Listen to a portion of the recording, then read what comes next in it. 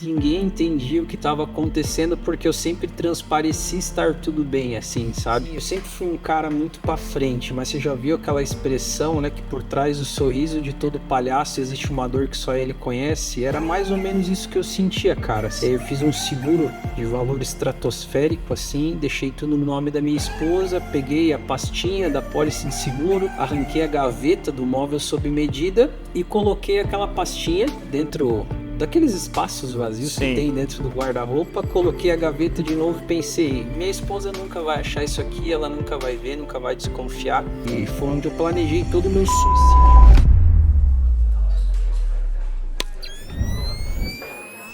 Nosso convidado de hoje trilhou uma carreira na área de vendas, se especializou nesse tema, depois liderou equipes, formou equipes, foi destaque na sua área profissional, mas depois de um tempo ele se encontrou apaixonado por comportamento humano, o que levou ele a se especializar em terapia e realmente dedicar os últimos 9 anos da sua vida a cuidar de pessoas, entender a mente e levar elas a realmente se libertarem de medos, traumas e conseguirem viver uma vida mais leve.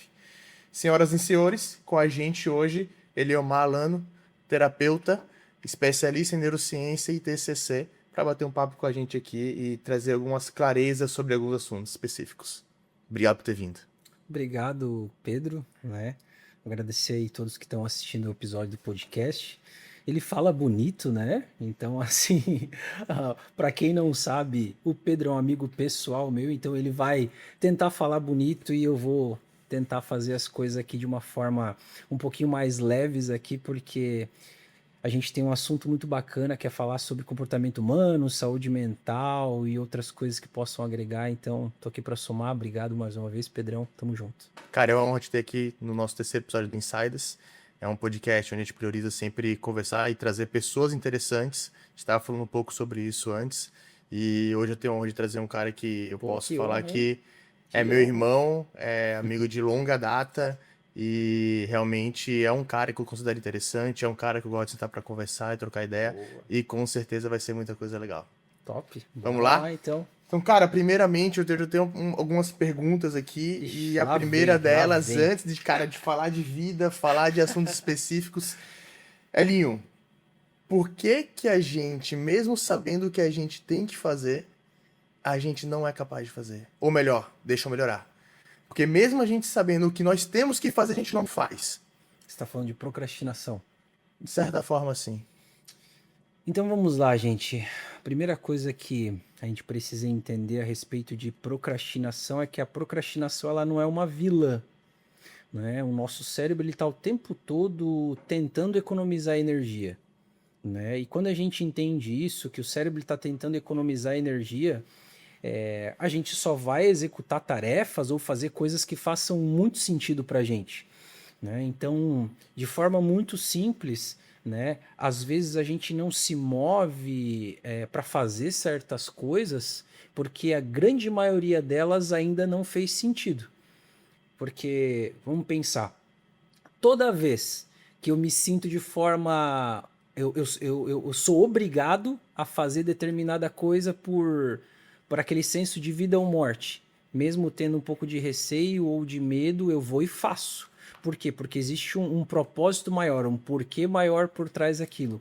Agora, quando algo não faz muito sentido para minha mente, para o meu cérebro, e aquilo gera um gasto de energia, ou eu saio um pouco da minha zona de conforto, eu vou ter uma tendência a não executar aquela tarefa, aquela ação, ou procrastinar, né? Então, em resumo, seria por Mas, essa linha, né? certo. Assim, ó, isso vai ser um podcast, cara, vai ser muitas coisas que eu tenho curiosidade de saber, né? Eu gosto de estudar sobre o assunto, tenho muitas dúvidas. E, beleza. Mas e quando eu sei que é importante, eu acredito que é importante, e de certa forma eu quero fazer aquilo, mas ainda assim eu não faço, eu tenho um certo bloqueio. Como que eu identifico se isso é uma procrastinação porque de fato essa atividade não é importante? Como que eu identifico que ela de verdade não é importante, eu só estou me iludindo? Ou como que eu identifico que, poxa, talvez eu esteja falhando, talvez eu não esteja fazendo o que eu preciso fazer de fato, né? Sendo autorresponsável, digamos assim. É que a gente já vai entrar num ponto que ele é muito específico, né? Por exemplo, as pessoas hoje elas estão, e a gente conversa muito sobre isso, né? Sobre alta performance, né? As pessoas elas querem performar e fazer as coisas a todo custo.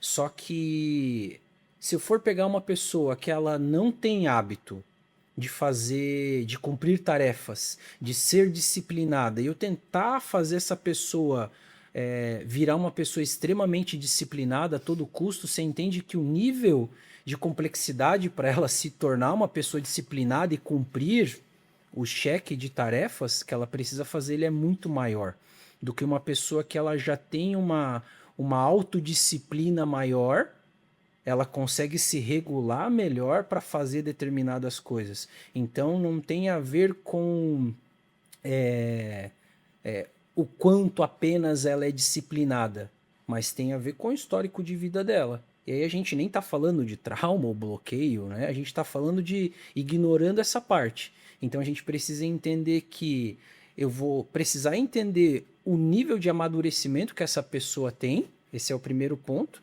E o segundo ponto, de fato, que eu acho que daí seria o mais importante, né? As pessoas elas esperam muita motivação para fazer algumas coisas, né? E eu sempre digo para os meus pacientes, principalmente pacientes que às vezes estão num quadro depressivo ou num quadro onde eles se sentem mais paralisados. No início, você vai ter que fazer, mesmo sem ter vontade, né? É sempre bom fazer os exames, né? Ver como é que tá sua produção de serotonina aí, né? Porque às vezes você não vai ter vontade de fazer certas coisas, mas de forma geral, acho que tem muito a ver com você entender o propósito do que você está fazendo, né? Aquilo precisa fazer muito sentido para você gastar aquela energia e não se mover apenas com força de vontade, porque motivação e força de vontade elas duram muito pouco. Entende? É o que as pessoas esperam. Poxa, mas eu não tenho vontade. Vai sem vontade. Só que fazer algo sem vontade precisa de um porquê muito grande. Entende? Ah, eu não estou com vontade de trabalhar. Eu preciso ter um porquê muito grande para levantar da cama, sair trabalhar, mesmo sem ter vontade. E aí eu vou condicionando o meu cérebro a não se mover perante as coisas apenas que me geram altos níveis de dopamina, né? Porque se eu for esperar ter recompensas imediatas o tempo todo, eu sentir essa motivação ou essa vontade, eu vou acabar virando um ser humano frustrado, um adulto frustrado, né? Então, acho que eu fui claro. Deu para entender? Sim, sim. Show. Legal. A gente vai voltar nesse tema depois, mas agora eu quero entrar um pouco na tua vida, né? Bora. Conhecer um pouco da tua Bora. história e entender também como que esse assunto tomou a proporção que tomou na tua vida, de onde é que Uhum. veio esse estalo, onde foi o seu ponto de virada. E para entender isso, cara, queria te levar ao teu momento mais difícil da tua vida. Qual foi ele? O momento mais difícil da minha vida foi há uns 12 anos atrás, mais ou menos, né? Foi um momento onde, de fato, eu estava fazendo tratamento, né? Eu estava fazendo tratamento com psicólogo, estava vivendo o pior momento da minha vida. Eu tinha ganhado um dinheiro ok trabalhando no mercado de vendas, né? Só que a pressão, o estresse demais começaram a afetar vários gatilhos que eu tinha de problemas de infância, de criação, que eu achavam que estavam bem resolvidos, né? Mas não estavam. E eu comecei a desenvolver crises de ansiedade, elas começaram a gerar uma frequência cada vez maior. Eu comecei a ter crises de pânico, até desenvolver um transtorno depressivo e fui para o fundo do poço. E aí, obviamente, os resultados começaram a cair, né? E quando você trabalha com vendas, né? Acho que a maior forma de mensurar os seus resultados é através dos números, né? Do resultado que Nossa. você gera. E aí eu descobri que eu tinha uma doença chamada ceratocone, que é tipo um câncer na córnea, né? E aí foi onde eu fui fazer minha primeira cirurgia, né? E aí eu operei, tive que ficar em casa uns 10 dias mais ou menos, né? E aí gera o que a gente chama de fotofobia, que é sensibilidade à luz, né? Eu fiquei no quarto, fechado, minha esposa trazia comida para mim, não podia pegar computador, celular. Pouca gente sabe disso, você é uma delas, né? E aí foi onde eu olhei para minha vida e falei assim, cara, o que eu tinha eu perdi, porque eu tive que vender apartamento que eu tinha, né, para pagar dívidas, porque eu não estava bem, então eu fui acumulando dívidas, eu tive que vender apartamento, tive que torrar o dinheiro que eu tinha, e aí tive que vender o carro que eu tinha na época, que eu tinha suado pra caramba para conquistar o carro que era um dos meus sonhos na época, para pagar a minha cirurgia. E quando eu voltei para casa, né, depois do meu resguardo ali da cirurgia, foi onde eu olhei e falei, cara, eu não tenho mais nada, né? E foi onde eu planejei todo o meu suicídio, né? Acho que esse foi eu contei todo o enredo da história para chegar nesse ponto, né? Foi onde eu cheguei e falei, cara, a vida não faz mais sentido, eu planejei meu suicídio. E aí quando eu saí, né, desse período de resguardo da minha cirurgia, eu era cliente Santander Van Gogh, que é uma conta diferente, especial, lá você vai um horário bancário diferente. E aí eu lembro até hoje o nome da minha gerente era Tatiana. E aí eu fiz um seguro de valor estratosférico assim, deixei tudo no nome da minha esposa, peguei a pastinha da pólice de seguro, arranquei a gaveta do móvel sob medida e coloquei aquela pastinha, né, dentro daqueles espaços vazios que Sim. tem dentro do guarda-roupa, coloquei a gaveta de novo e pensei, minha esposa nunca vai achar isso aqui, ela nunca vai ver, nunca vai desconfiar. E daí eu não sei se foi Deus, universo ou mania de limpeza, ela achou aquela pólice de seguro, aí ela começou a me confrontar, porque ela já entendeu o que estava passando na minha cabeça. Ela tinha total conhecimento da situação que tu tava ou você buscou proteger ela Cara, de ela certa forma, Ela assim? acho que sabia de 50% do que eu sentia. Acho que até hoje eu nunca expus assim tudo que eu vivia internamente. Eu sempre tive um instinto assim de ser muito super protetor, então eu tentava poupar muito as pessoas assim que viviam comigo, sabe? E aí foi onde, né? Aí já tô indo além da pergunta, né? E foi onde eu continuei os meus tratamentos, onde eu conheci um pouco mais a saúde mental e aos pouquinhos eu fui indo para a carreira que eu tenho hoje. Cara, que loucura, eu não sabia disso daí. Não, não te Não, contei esses essa detalhes? parte, esses detalhes não. É. Mas eu lembro que, se não me engano, alguns dias antes de você fazer a primeira cirurgia, a gente tava na casa do Hamilton, num churrasco. Não sei se foi a primeira ou a segunda, essa daí. Mas na época tu ainda trabalhava na era Demicon, Na Demilar na Milar época? na É, época. Aham. Demilar na época. Mas nunca imaginei E que já tava viu aquela nesse nível. expressão assim? Eu sempre fui um cara muito para frente, mas você já viu aquela expressão, né, que por trás do sorriso de todo palhaço existe uma dor que só ele conhece? Era mais ou menos isso que eu sentia, cara, assim. Eu tinha crise de pânico severa, sozinho, trancado no quarto, ou, né, a gente toca junto, né? Uhum, Vamos contextualizar, a gente é músico, né? Então sim. a gente ia tocar junto. Lá ele. Lá ele, né, pô? Você vai ter que cortar depois, cara. Ai, Deixa em ai. preto e branco. Então, assim, e aí, cara, eu lembro, assim, de uma crise de pânico que eu tive tocando, cara, uma vez, assim, né, ministrando e tal. E eu lembro que eu simplesmente larguei o violão, saí embora correndo e depois alguns amigos muito queridos, que eu não vou falar o nome, cara, me sentaram além assim, poxa, que ridículo, você saiu correndo e tal, deixou tua esposa lá Galera, largada e gente boa, tal, né? né? E aí, ninguém, cara, ninguém entendia o que estava acontecendo porque eu sempre transpareci estar tudo bem, assim, sabe? E, e aí, contextualizando, eu atendo muito paciente, cara, muito paciente que vive a mesma coisa, assim. Por fora, todo mundo olha e diz assim, cara, tá tudo bem. E aí o cara chega pra mim e diz assim, olha, já tentei suicídio 3 vezes, tô planejando a próxima, tô só preparando a minha família. Então, assim, cara, a depressão, cara, a ansiedade tem se tornado o mal do século, assim.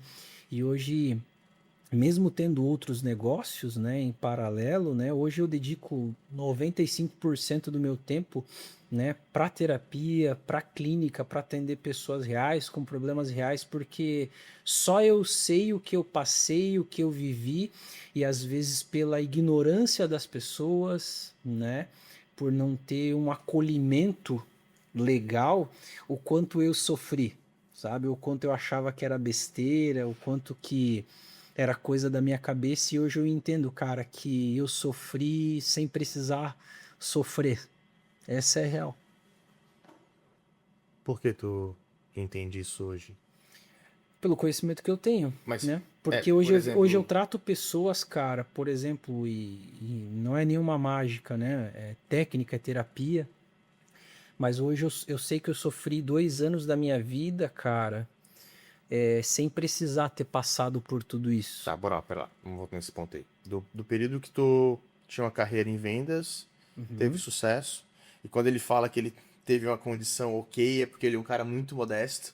Porque tu vê, o cara era cliente Van Gogh, eu nem sabia que tinha isso aí.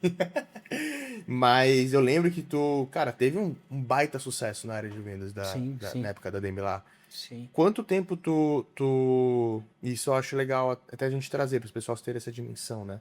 É, quanto tempo até você construir esse sucesso? Quanto tempo você ficou no sucesso? E quanto tempo você.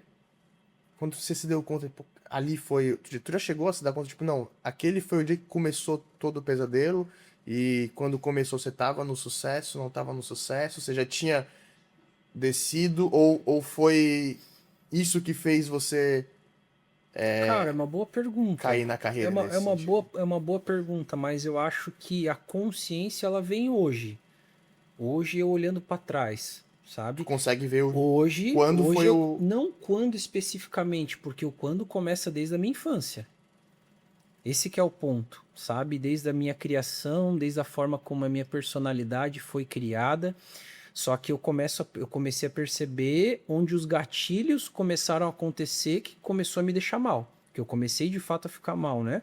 Então, assim, eu não vou te dizer que eu cresci rápido, mas eu acho que uma das coisas que mais me fez crescer, eu não era um cara que tinha contatos, eu não era um cara que tinha um network gigante, mas eu era um cara que tinha uma necessidade muito grande, sabe? Eu tinha ido morar numa cidade aqui do lado chamada São Bento do Sul, cara, e eu cheguei a passar fome com a minha esposa. E aí eu lembro que como que eu fui parar, né? Porque eu tinha um consórcio e aí eu voltei para cancelar esse consórcio e falei, olha, eu vou ter que cancelar, né? Porque eu não tenho condições de pagar, eu vou ter que dar um jeito de voltar a morar em Jaraguá do Sul, arranjar um trabalho para me reestruturar, depois eu volto a pagar isso, né? E aí a pessoa, né, que era dona do negócio falou assim, olha, vem trabalhar para mim. Eu falei assim, mas eu não sei trabalhar com vendas. Vem trabalhar para mim. Daí eu falei assim, cara, eu preciso de um fixo. Daí a pessoa ficou, não, mas a tua comissão vai ser tanto. Daí eu pensava assim, cara, eu só preciso de, sei lá, R$ 2.000 por mês para manter minha família. E aí foi onde ele me deu um valor, que foi o valor que eu trouxe a minha mudança de volta para a cidade, foi onde eu recomecei e, cara, eu ingressei. Então, hoje eu tenho muita clareza, assim, que eu não tinha a possibilidade daquilo não dar certo. Então, o que eu fiz, né, foi modelar, sem saber, na época eu não sabia o que era modelagem, né? Na época não tinha essa galera de internet e tal, né, Os que coaches. ensinava isso aí, né? Mas eu colei nas pessoas que mais vendiam, nos caras que tinham mais resultado e eu andava para cima e para baixo com aquelas pessoas, né? E eu fui de fato modelando elas, então no primeiro mês, assim, eu acho que eu vendi o que os vendedores bons assim vendiam. Em 3 meses eu já tinha um salário que era muito maior do que gente que trabalhava às vezes alguns anos naquele lugar, né? Não porque eu era melhor, nada disso, mas é porque eu não tinha outra saída. Esse era o fato, sabe? E aí eu corri atrás. Eu lembro que eu cheguei para Maiara, né, minha esposa, e disse assim para ela: olha, eu preciso de 3 meses. Você vai, você pode perguntar isso para ela um dia, Pedro. Falei pra ela assim, eu preciso de 3 meses. Nesses 3 meses, cara, eu vou fazer tudo que eu posso, né? Pra reerguer e eu vou estar, às vezes, mais desfocado. Eu vou, às vezes, não vou te dar tanta atenção, mas eu preciso de 3 meses. E, cara, foi incrível porque em 3 meses eu queria ganhar dois. Em 3 meses eu tava ganhando 5, 6 mil por mês, assim. Era dinheiro que eu nunca tinha ganho, sabe? E aí, muito rápido, assim, eles começaram com um esquema de supervisão dentro da empresa. E aí eles viram a gana que eu tinha, né? E aí me colocaram como um dos supervisores, eu comecei a montar a equipe, depois eu comecei a viajar, abrindo algumas outras unidades daquela empresa e treinava a equipe. Então, além da minha carteira de clientes, eu começava a treinar, a ensinar outras pessoas. E aí foi onde, né, que eu comentei. Então, teve a parte boa, eu estava começando a crescer, ganhar dinheiro, tendo experiências que eu nunca sonhava em ter tido, né? Só que aí veio a parte da pressão, da ansiedade extrema, porque trabalhar com vendas é ansiedade, é pressão, existe cobrança, né? Existe comparação o tempo todo, né? E aí foi onde problemas pessoais que eu tinha de criação, de família, situações que eu vivi de abuso na minha infância, situações com meu pai, situações. Meu pai era alcoólatra, espancava minha mãe, então eu tive uma infância assim bem conturbada, sabe? E aí todos esses gatilhos começaram a surgir. E aí eu comecei a ter crise de ansiedade, mas eu não entendi o que era, eu achava que era normal. E aí eu comecei a fazer um tratamento com remédio, daí um dia eu comentei com uma pessoa, daí a pessoa falou, não, você tem que jogar tudo isso fora. Aí eu tive o rebote do remédio por não ter feito desmame, e aí só piorou todo o meu quadro, até que eu fiz, sei lá, 1 ano e meio de terapia, tomava remédio e nada resolvia. Minha produtividade começou a cair, eu comecei a acumular dívida, porque tinha um patamar de vida, ganhava X, aí era novo ainda, né? Então achava que podia gastar muito. E o vereador tem aquela, né? Um mês ruim, mas não, eu recupero no próximo. Justo. No outro. E aí no foi outro. onde as coisas começaram a acumular. Eu comecei a ficar cada vez pior, até onde eu cheguei naquele ponto, né? Que eu meio que produzia muito pouco, né? Tive que vender pouco patrimônio que eu tinha acumulado naquela época.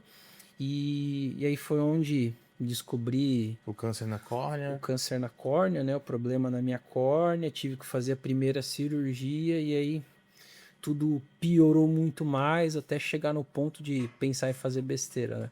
Isso foi o que? 2016? 15, 16? Fazem 12 anos isso. Então tem que fazer a conta inversa. 14. 2014, isso aí. 14.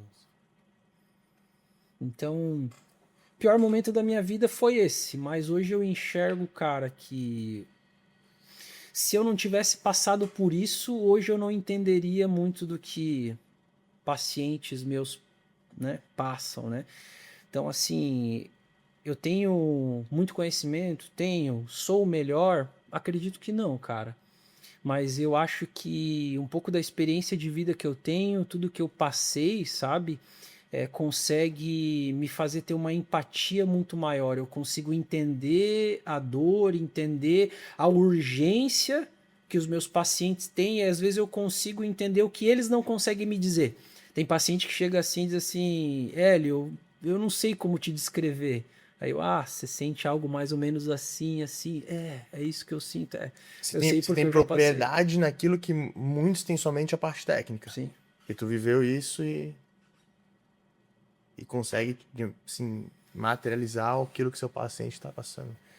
E isso você comentou que foram 2 anos desse processo, né? 1 ano e meio, 2 anos. 2 anos. E aí você decidiu ir para essa área de saúde mental depois que você foi curado, digamos assim, depois você estava bem, ou você buscou se entender o que estava acontecendo e por isso acabou se inclinando para essa área?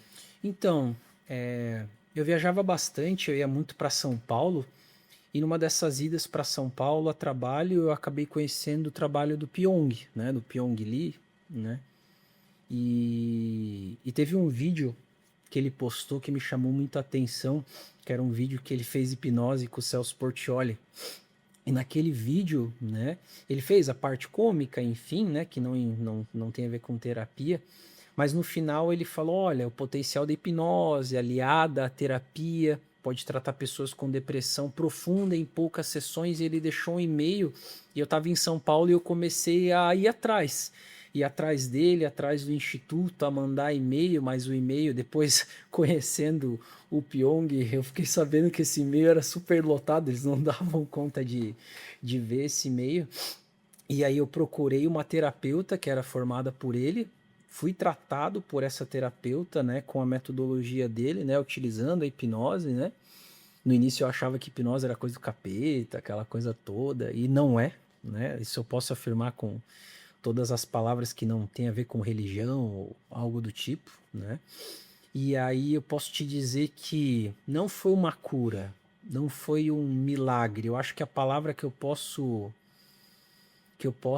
descrever ou tentar ilustrar é que eu consegui assumir o controle da minha vida de novo. Eu entendi traumas que eu estava carregando, coisas que eu tinha passado, coisas que eu achava que estavam bem resolvidas e não estavam, sabe? E o meu cérebro ele começou a ressignificar isso tudo, reprocessar isso tudo, né? E foi onde eu comecei a voltar a viver de novo, cara. Sim, voltei a ter qualidade de vida, fiz o desmame da minha medicação. E aí, por conta, eu comecei a pesquisar sobre mente humana, sobre hipnose, entender sobre comportamento humano. E aí foi onde eu percebi que o meu tempo naquela área já tinha se encerrado. E aí, quietinho, sem ninguém saber, eu comecei a estudar. Comecei a fazer algumas formações, investi um pouco de dinheiro que eu ainda tinha. É, eu e a Mayara, e minha esposa, a gente começou a estudar, estudei com o Pyong, enfim, depois a gente trabalhou junto durante um tempo, fui professor do instituto também, a gente teve algumas coisas juntos também, né? Fiz algumas coisas juntos. E aí foi onde, de fato, eu comecei a pensar em mudar de carreira, abrir consultório, abrir clínica, né? E transformar a parte de terapia de saúde mental não só como um propósito de vida ou como autoconhecimento, mas trazer como profissão de fato para ajudar outras pessoas. Então, o que salvou a tua vida, hoje é a tua profissão, e é isso que te move hoje? Cara, eu vejo que isso faz parte da minha função e da minha missão, sabe? Mas eu sempre gosto e essa é a forma com que eu faço, né? Eu gosto de categorizar as coisas, propósito de vida, missão de vida e função. Eu vejo que o fato de ser um terapeuta, de atender pacientes de forma clínica, é a minha função hoje, ou ser empresário, enfim, as pessoas se rotulam muito, elas acham que a profissão delas é o propósito de vida, e não é. O que Eu elas são a cadeira que elas estão sentadas, né? isso mesmo. Então, assim, eu vejo que eu desenvolvi habilidades ou conhecimentos que, sim, ele pode e ajuda de fato pessoas, né? Eles me fazem cumprir uma missão específica de ajudar um povo, de ajudar pessoas, né? Mas de também deixar um legado. Eu sempre digo assim para alguns pacientes, né? Que às vezes o dia que eu morrer, né? Alguns pacientes vão poder chegar para o meu filho, para o Ravi, e dizer assim: olha, eu fui paciente do teu pai transformou a minha vida, mesmo eu não estando mais aí.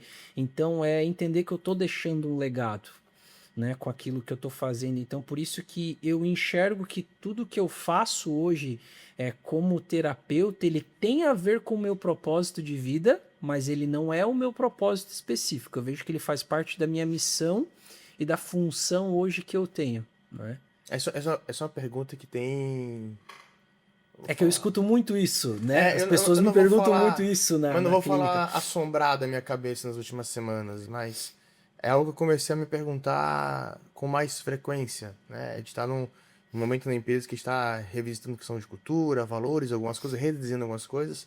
E inclusive na reunião, quando eu levantei esse tópico, eu falei, pô, beleza. Quando a gente fala da empresa, né? Se, claro que assim, a gente é empresário, a gente tem nossas ambições, né? Uhum. Nossos alvos, mas chegamos num momento que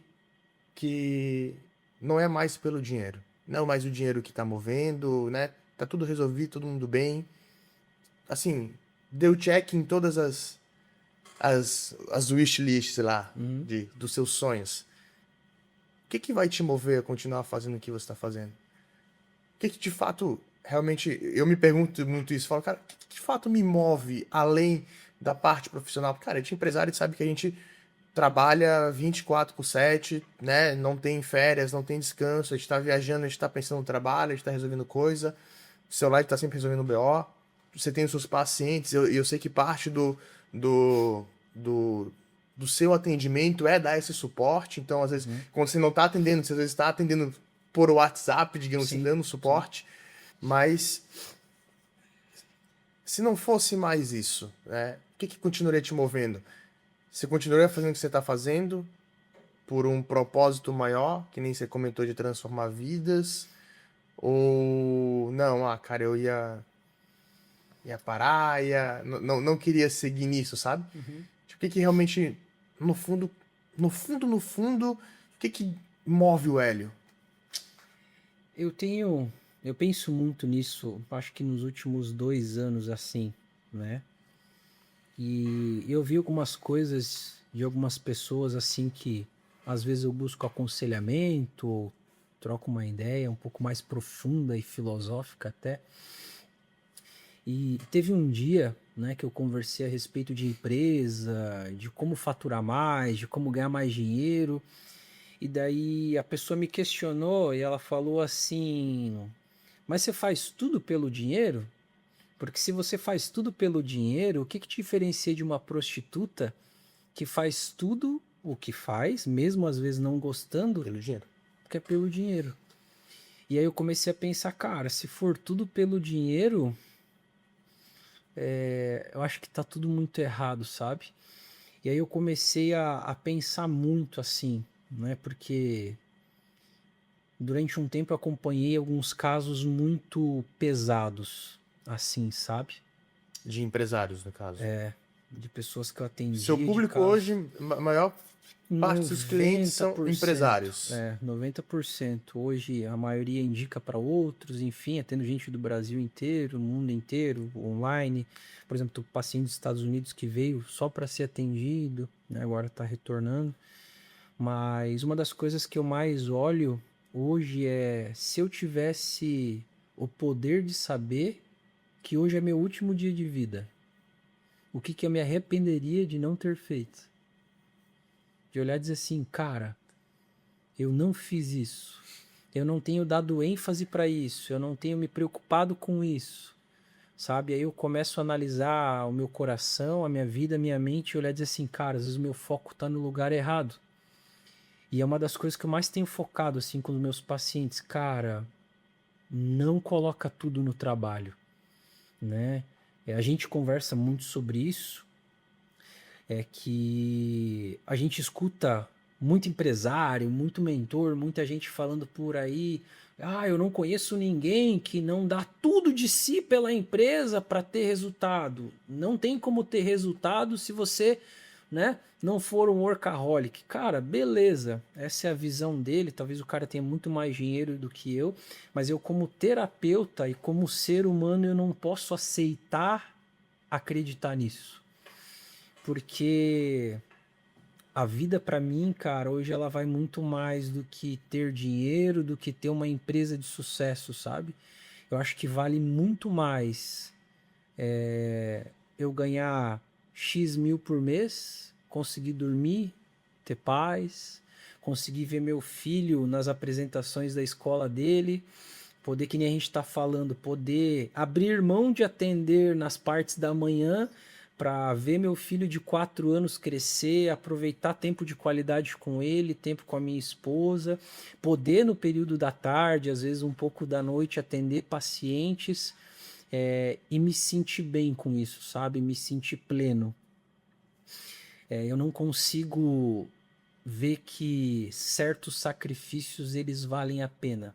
Mas você acha que isso é de perfil? Porque a gente estava conversando sobre isso É antes, sobre né? mentalidade. E É eu sobre uma até... mentalidade que as pessoas desenvolvem. Por exemplo, assim, eu vou julgar uma pessoa que faz tudo para crescer a empresa e ter dinheiro? Não posso julgar ela. Essa é a forma com que ela leva a vida dela. Agora, eu não faço tudo para crescer minha empresa. Eu não posso normalizar que passar a perna, que dar um jeitinho, que enganar, que corromper certos valores éticos e morais de uma sociedade que estão se corrompendo é normal. E se a gente parar para olhar hoje em dia, uma das principais bases para qualquer ser humano manter um negócio de pé é a família.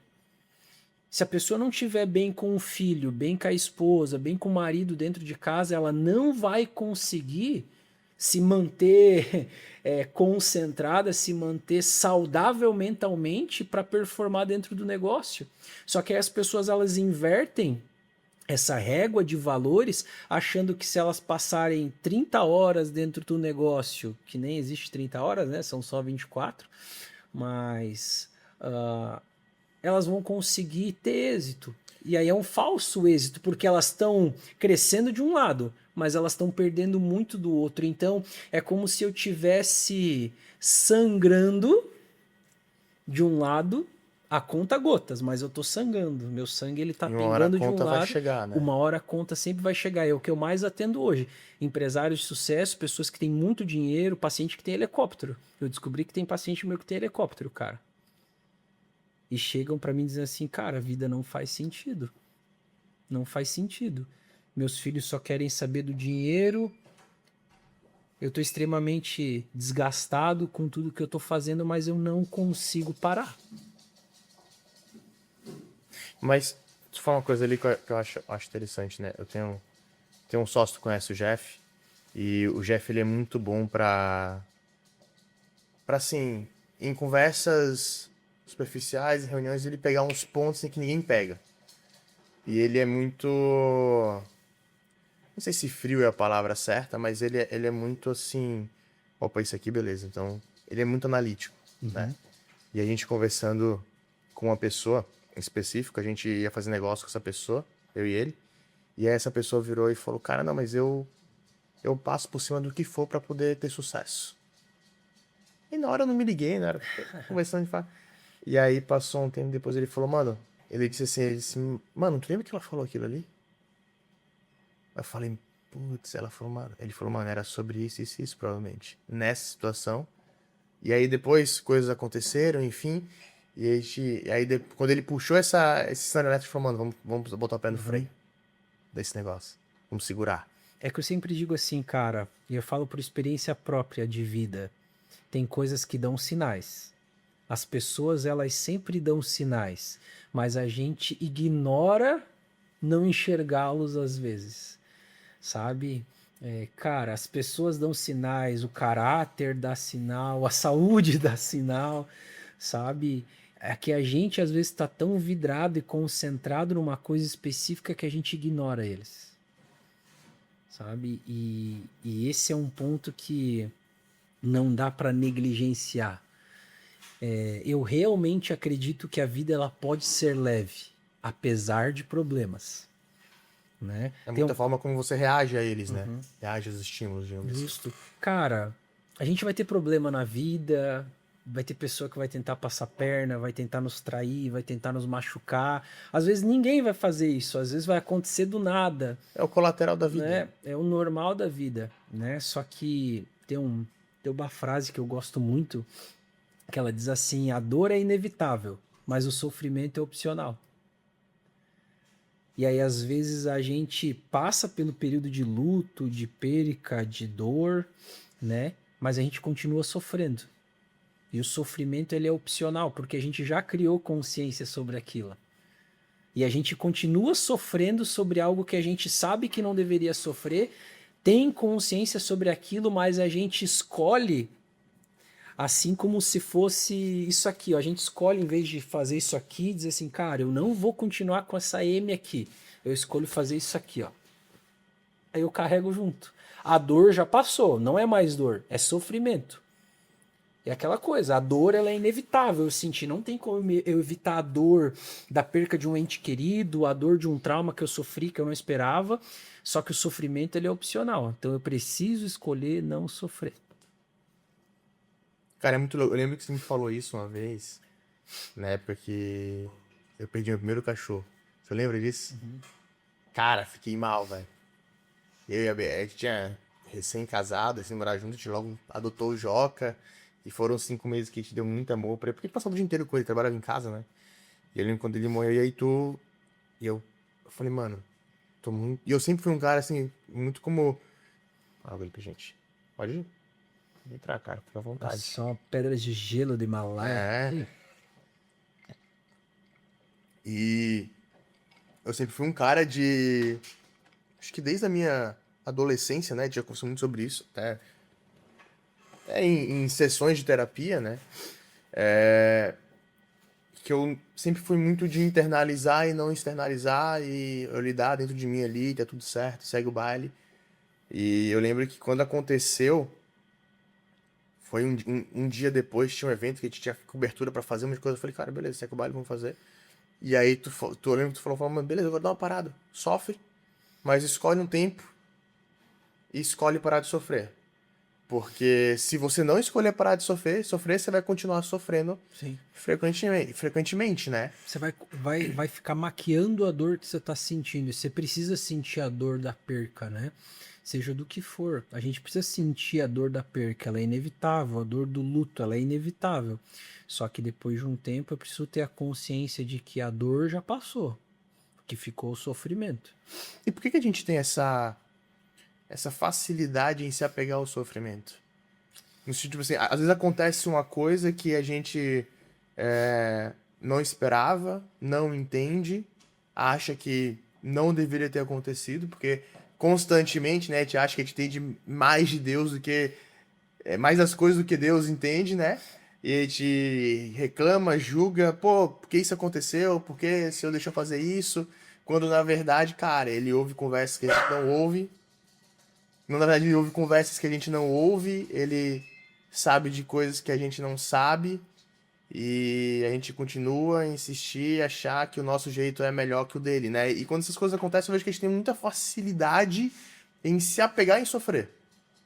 Aconteceu uma situação, já passou o período da dor, não dói mais, mas diariamente a gente, né, a gente escolhe sofrer e ficar vivenciando aquela dor, como se fosse uma droga, sabe, que alimentasse a gente. É que na verdade tem pessoas, cara, que o sofrimento é a única coisa que ela ainda tem.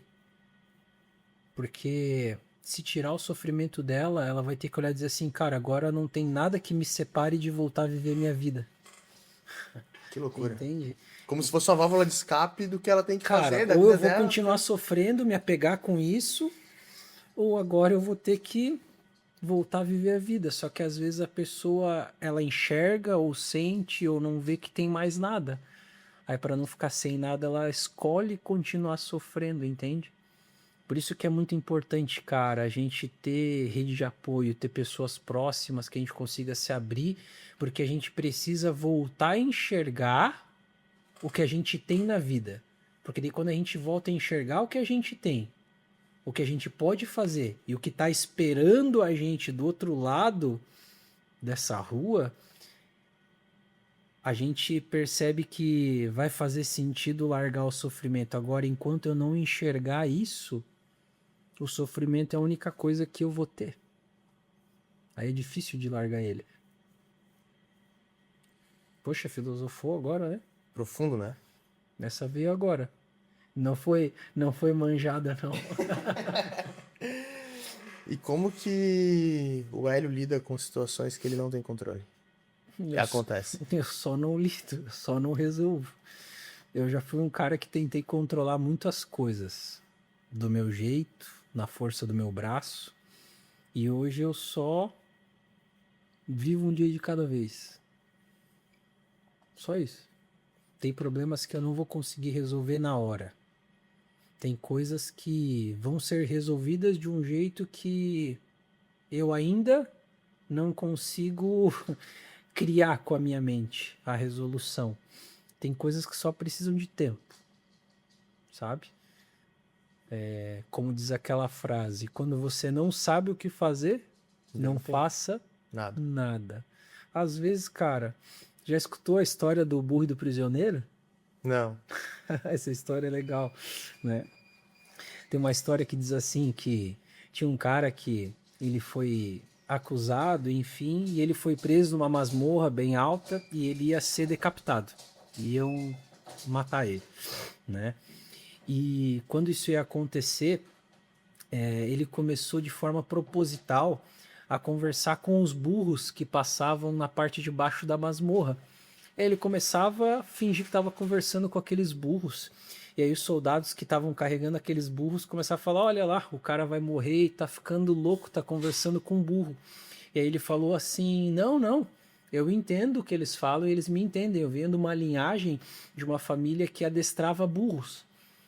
E aí os caras acharam aquilo estranho e aquele papo chegou até o ouvido do rei do palácio e chamou aquele cara para entender o que estava acontecendo. Ah, fiquei sabendo que você é de uma linhagem de família que adestra burro, isso aí é verdade? Ele, não, rei, isso é verdade e tal. Inclusive eu te faço uma proposta. Me dá um ano. Me dá um ano para treinar um burro específico da sua escolha, porque senão você pode, né, me matar e me fazer ter a pior e mais cruel morte que você puder imaginar. Mas se de fato eu fizer o que eu digo que eu faço, você vai ser o único rei entre todas as províncias que tem um burro que fala. Aí o que, que aconteceu? O rei falou: ah, então você vai para uma casinha no campo e você tem um ano para fazer o adestramento desse burro. Qual que é a moral da história? Ele ia morrer, cara. Tudo Ele que ganhou ele um ano. fez foi ganhar tempo. Naquele um ano o rei poderia morrer, podia dar um jeito de fugir. Cara, tem coisa na vida que tudo que a gente pode fazer às vezes não é resolver, porque não tem resolução naquele momento. Às vezes o que a gente pode fazer é ganhar tempo. Essa você não conhecia? Muito bom. Eu já ouvi essa história, só que eu não lembrava que ela era do burro e do prisioneiro. Mas eu acho que eu já ouvi a versão, e aí eu acho que a versão que eu ouvi, o cara ainda fala, vai, nesse ano o rei morreu e o cara ficou livre, um negócio desse assim, né? O pessoal dá aquela Ah, já criou um maquiada pra final poder. feliz, É, né? já criou um final feliz, né? Mas. Animal, animal. E eu vejo que isso é uma. Às vezes eu tenho dificuldade com isso também, e eu vejo que muita gente tem dificuldade com isso de. É um exercício, né? De você conseguir simplesmente focar naquilo que você controla e não sei se maturidade seria a palavra certa, mas ter inteligência emocional ao ponto de falar, cara, isso não controlo, beleza. É que pra mim, cara, eu não tinha essa consciência até pouco tempo, sou sincero, que maturidade e inteligência emocional caminham juntos. Eu posso ser um cara que não entendo nada sobre inteligência emocional, mas se eu tiver maturidade na minha vida, as pessoas que têm inteligência emocional elas vão olhar e dizer assim: cara, que cara centrado. Só pelo fato de eu ser uma pessoa madura em alguns aspectos específicos da vida. E a gente precisa entender que, cara, a maturidade ela vem com o tempo. A maturidade ela não vem com. É engraçado, né? A maturidade ela não vem quando eu supero os desafios da minha vida. Porque se eu for um cara que só supera o desafio, atrás de desafio, eu só tô vencendo o desafio e eu me sinto um vitorioso por só vencer, vencer, vencer.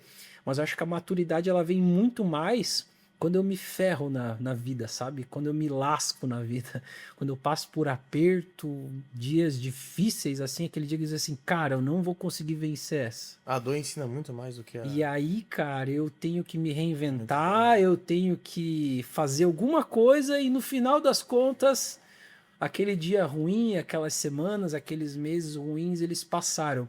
E aí, cara, a gente sai diferente disso. É impossível pegar uma pessoa que caiu do barco, esse barco naufragou, a pessoa teve que nadar sei lá quantos quilômetros pela vida dela e essa pessoa continuar sendo a mesma pessoa. Aquilo vai moldar a personalidade, o caráter dela, quem ela é, vai deixar a pessoa mais madura, ela vai olhar a vida de outro jeito, cara. É impossível, é impossível.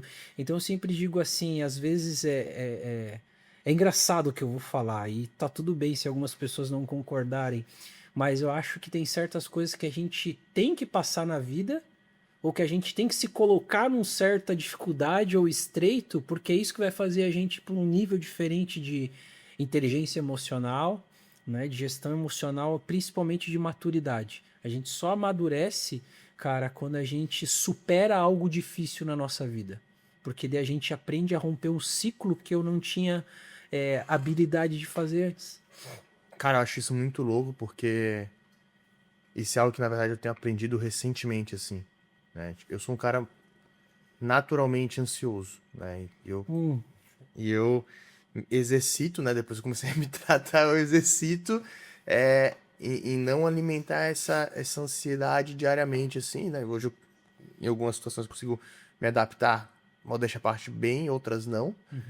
E só que ainda fica aquela. Por eu ser um cara ansioso, ser um cara muito ambicioso, fica aquela parada, pô, ainda não tô onde eu quero estar, não tô onde eu quero estar. E aí eu comecei a olhar pro sentido. E aí eu falo às vezes isso pra B, né? Eu falo, pô, parece que às vezes só toma porrada, mano. Só tomando porrada, só tomando porrada. E aí eu comecei a olhar pro sentido, pô, às vezes é isso que vai me fazer ser a pessoa que eu preciso ser pra alcançar o que eu quero alcançar, o que eu vou alcançar.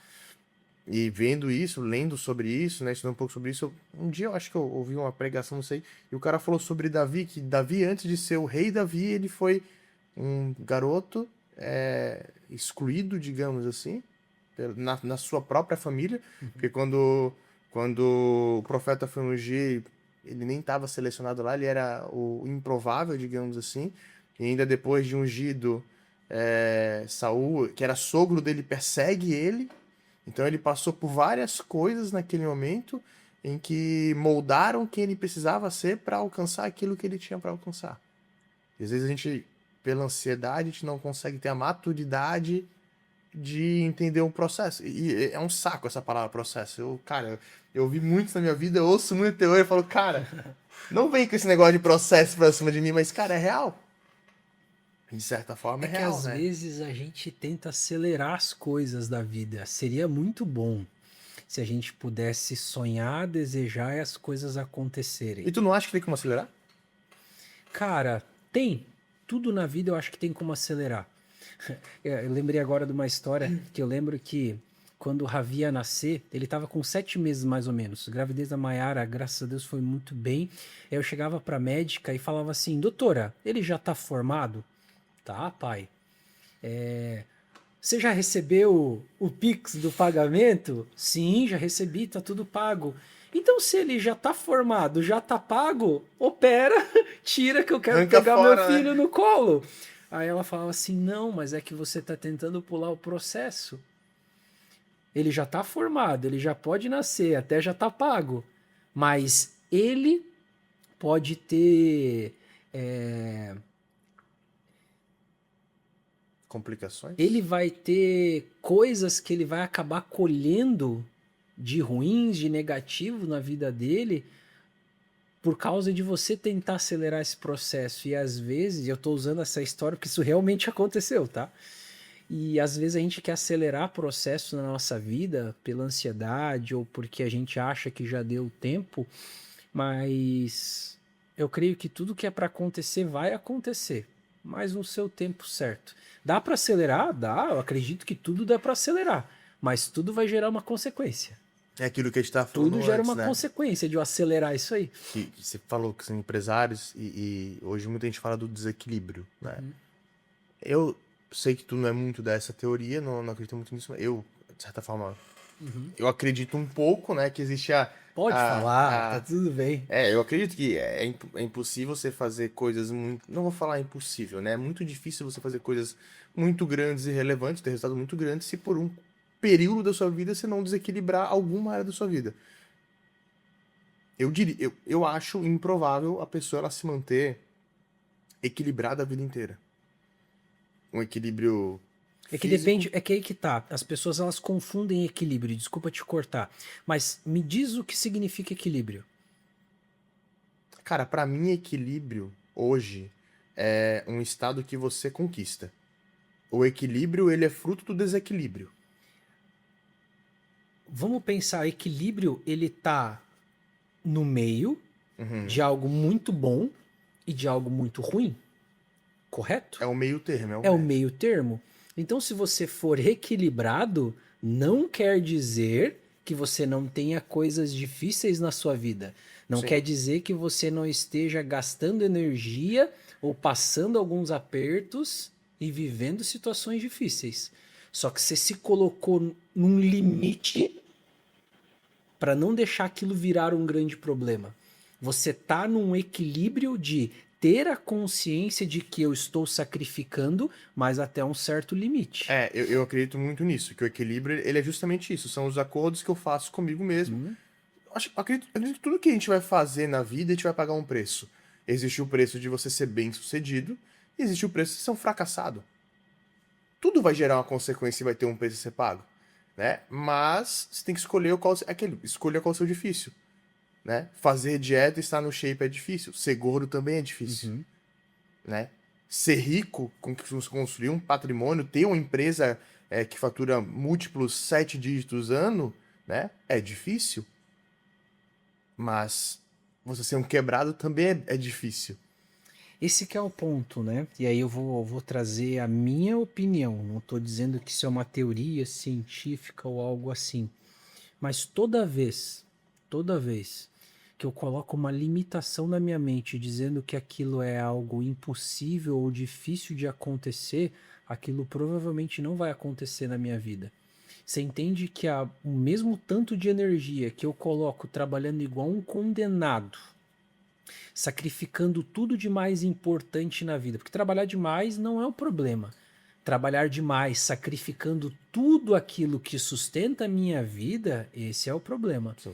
Então, se eu for olhar e dizer assim, cara, é muito importante a gente entender que tudo aquilo que eu coloco com limitação na minha mente, ou eu coloco como impossível, a probabilidade, cara, daquilo não acontecer, ela é gigante. Porque você entende que se a pessoa ela olha e diz assim, cara, eu não acredito na capacidade de, vamos falar de empresários ou empreender. Eu não acredito na minha capacidade de eu deixar minha família bem, de eu cuidar da minha saúde física e da minha saúde mental e focar o máximo de tempo e de energia que eu tenho disponível ainda, cuidando de todas essas coisas que são muito importantes, fazer tudo isso de forma disciplinada, de forma equilibrada e ter sucesso. Fazer algo grande, Sim. crescer com isso, porque as pessoas elas têm um vício de atrelar tudo que é grande àquilo que é muito difícil. Mas você acredita que é possível a pessoa... E assim, eu concordo que dá pra fazer isso que você falou. No meu ponto de vista, é um estado que você conquista. Eu não conheço ninguém, se tu conhecer também, ok? Que construiu algo muito grande. Vamos falar de empresário. Um cara que chegou nesse nível. A gente construiu uma empresa que fatura seus múltiplos 8, quem sabe 9 dígitos ano, e em que todo o processo ele esteve nesse estado. Ele não abriu mão de estar em casa com a família, ele não abriu mão, às vezes, de um Natal, de um final de ano, de aniversário, de férias, de dizer não para saídas, abriu mão do sono, da sua saúde, de treino. Eu sou totalmente contra o mundo do treino. Eu acho que, porque quando a gente entende também... O sono pode, mas Não, o não, treino não, não. Brincadeira. Se eu tenho 8 horas pra dormir, nenhuma pra treinar, eu tenho 7 pra dormir e uma pra treinar. Não, brincadeira. Hoje eu entendo que não. Que né, sono, treino, alimentação, isso tudo é a base para que você possa performe bem, né? Mas eu digo assim, existem momentos que você precisa, talvez, o que vai acontecer um desequilíbrio. Você tem que abrir mão de alguma coisa para compensar a outra e depois é aquilo, o desequilíbrio consciente, talvez, de você depois voltar para... Mas esse que é o ponto. Para esse Para estado. você parece desequilíbrio, mas na forma com que eu vejo a vida, ele ainda está equilibrado. Porque você entende que você está bem com a sua família. E aí você chega para as pessoas que você ama e diz assim: vocês vão ficar na minha retaguarda porque eu vou investir X meses colocando mais energia para essa determinada tarefa ou função. Me diz aonde está desequilibrado aí. É uma questão de acordo, né? Por isso que não é só uma questão de acordo. Além disso, é uma questão de como eu vejo esse cenário. Porque a maioria das pessoas estão vendo e dizer assim, não, eu tô abrindo mão de tudo, de qualquer jeito. Não, cara. Às vezes é mais do teu estado de consciência, de como você planejou aquilo, mas aquilo não vai ser pro resto da vida. Aquilo é por um período determinado. Exemplo, o que eu comentei lá no início. Que eu cheguei para minha esposa e falei, olha, eu preciso de 3 meses. A gente não estava separado, eu não deixava de estar com ela. Mas eu sacrifiquei um pouco do meu tempo com ela, mas aquilo não destruiu a minha vida. Entende? E foi por um espaço de tempo específico. E me fez colher certos resultados. O grande problema é que as pessoas fazem isso sem consciência, né? E sem um ponto final. Sem uma definição específica. Olha, até aqui eu vou. Até aqui eu sacrifico.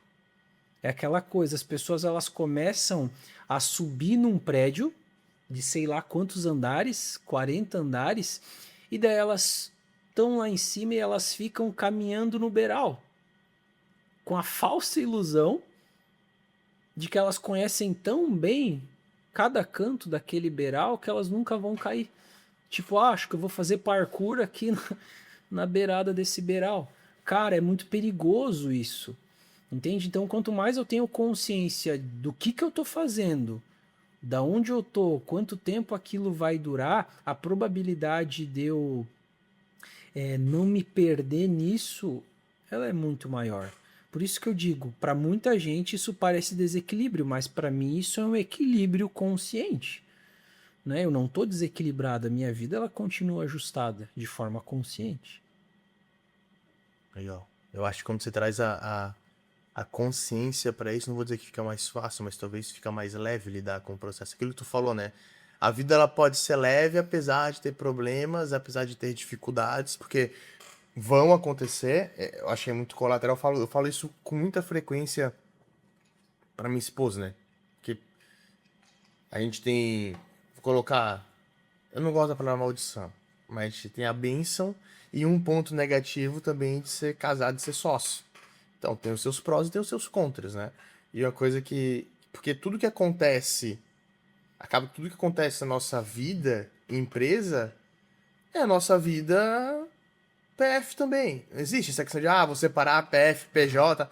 Cara, isso na prática não existe. A gente que tem negócio sabe que isso não existe. A gente escolhe como administrar, óbvio, mas tem momentos que não tem como, né? E afeta tudo. E... eu vejo que a forma que você vai escolher lidar com essas coisas é de fato o peso do colateral que tu vai sentir. Tem coisas que é colateral, às vezes acontece, mas o que aconteceu isso, cara? Geralmente eu falo muito pra ela, falo, cara, quando eu assinei ou quando a gente assinou pra tua empresa, isso tava lá que isso ia acontecer. Tava lá que as pessoas às vezes não iam gostar da gente, tava lá porque sei lá, a gente tem situações que as pessoas iam trair a gente. É normal, é o colateral. No final do dia, é que não se fala, né? No final do dia, são poucas pessoas que querem teu bem, né? E geralmente é mais a tua família. É que na verdade, cara, confie desconfiando. esse que é um ponto assim, tirando um psicopata, um serial killer, né? Que dele tem traços específicos. Não existe ninguém que acorda todo dia, por mais que pareça, que diz assim, cara, eu vou ferrar com o Pedro hoje, custe o que custar. Uhum. Não existe, eu não acredito que exista isso. Tirando um psicopata ou um serial killer. Mas aquela pessoa, ou quando isso acontece, é porque simplesmente a pessoa ela olhou mais para a vida dela, mais para o problema dela, colocou os seus interesses e às vezes a ponto de passar por cima de valores muito grandes, éticos e morais que talvez não se passaria. Então, assim, cara, é muito importante a gente entender que tem coisa que a gente vai precisar deixar passar, vai precisar perdoar, vai precisar seguir em frente mesmo. Sim. Que dói. E é o colateral, né? Porque a gente fala, cara, não é a primeira, não é a última. Porque o ser humano é assim. Uhum. E é normal. Você coloca os seus interesses à frente dos outros. sempre vai ser assim. Então, e eu acredito que quando a gente assina para ter um negócio, ter time, ter pessoas, é normal que isso aconteça. Porque, cara, faz parte do jogo, aprenda a conviver com isso. E quanto mais leve, mais fácil você entender que isso vai acontecer, vai ser mais fácil de lidar. Vai ser mais fácil de tacar, né? Vamos, toca pra frente, vambora, continua. Então, eu acho que no final, essa consciência de que tudo gira em torno. Na verdade, a vida em si, ela gira muito em torno da forma como. Não das coisas que acontecem, mas de como você reage às coisas que acontecem. Como você interpreta as coisas que acontecem, porque a partir da forma com que eu interpreto as coisas, aí eu reajo. A reação, ela sempre vem depois da interpretação. Então, primeiro eu interpreto. Se eu interpretei que você quis me trair, que você quis me ferir, eu vou gerar uma reação. Se eu interpretar que você não estava bem e que você teve que fazer uma escolha difícil e optou por você, ou pela tua família, ou pelas tuas coisas, o meu nível de reação ele é diferente. Então tudo é primeiro conforme eu interpreto. Depois da minha interpretação vou reagir. O que tira o Hélio do sério hoje? Hã? O que tira o Hélio do sério? Algumas coisas. Assim, Pergunta pra Mayara que ela é a pessoa que sabe os pontos assim, que podem ser tocados. Mas assim, cara, eu sou um cara que te leva do 0 a 100. Porque quem te vê que tu é um cara muito tranquilo. De certa forma. Mas ao mesmo tempo que você é um cara muito tranquilo, isso eu falo porque eu convivo contigo, tu é um cara muito calmo e tu passa essa serenidade no falar e etc. Eu falo que tu tem uma forma muito simples de ver as coisas. Já teve uma situação da minha vida, antes de eu abrir, na verdade, quando eu decidi abrir empresa, foi muito, cara, eu lembro que no dia que eu que eu saí do local, né, por gosto que isso aconteceu, esse lugar que eu trabalhava, eu falei, mano, o que eu vou fazer da minha vida agora?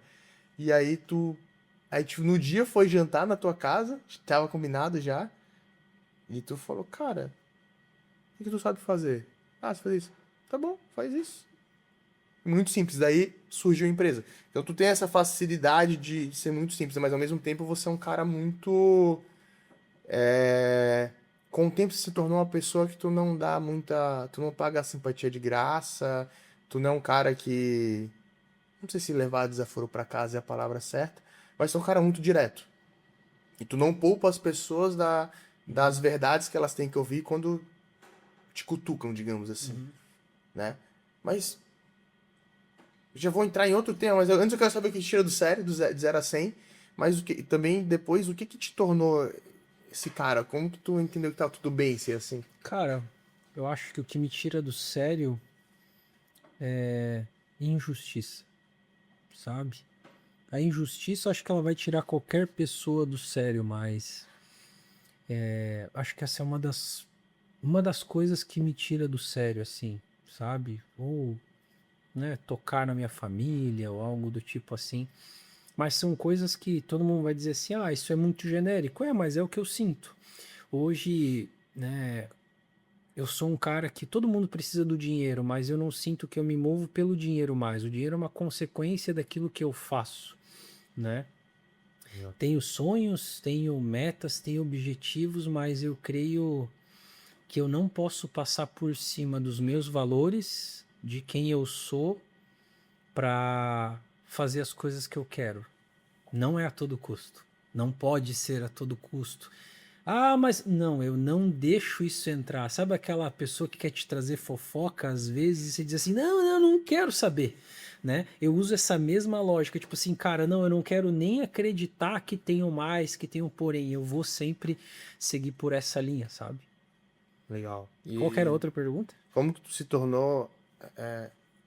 Eu vejo que isso é um processo, né? Porque é o que eu tenho... Eu era um pouco assim, mas eu era de forma errada. Porque quando eu era mais jovem eu era babaca com as pessoas, né? Eu não sabia... Eu não sabia Excuse me. dosar... eu não sabia dosar o limite, né? E eu acabava sendo muito babaca. Mas eu também comecei a entrar num processo de entender, isso é uma coisa que eu converso muito com a B, de cara, não preciso pagar simpatia para as pessoas, pra gente que não gosta, e eu acho que a gente vive numa sociedade em que se prega muito que você tem que sempre colocar os interesses das pessoas na frente dos seus, porque você tem que ser legal com as pessoas, você não Uhum, pode tratar ninguém, tu tem que estar sempre sendo legal, digamos uhum. assim. Quando na verdade eu acho que é uma própria ato de maturidade você entender os limites que as pessoas podem chegar ou não e aquilo que tu precisa fazer ou não. Eu vejo que tem um cara que tu faz muito isso, tu não tem conversa torta, não tem mimimi, né? Tipo, já presenciei algumas situações, né, no meio que a gente vive em que, cara, o cara fala, "Mano, não é assim, tipo, tu é assim, assim, e comigo não vai colar, Uhum. né? Ser muito direto, ser muito preciso e ao mesmo tempo se manter, não ser mal educado, né? Não ser um babaca, né? Mas apenas ser cirúrgico, talvez. Cara, eu não vou te dizer que eu tenho uma metodologia, uma linha que eu segui, porque eu ia estar mentindo, mas eu acho que isso tem a ver com maturidade, tempo, ter passado por coisas que eu acho que caras da minha idade não passaram, né?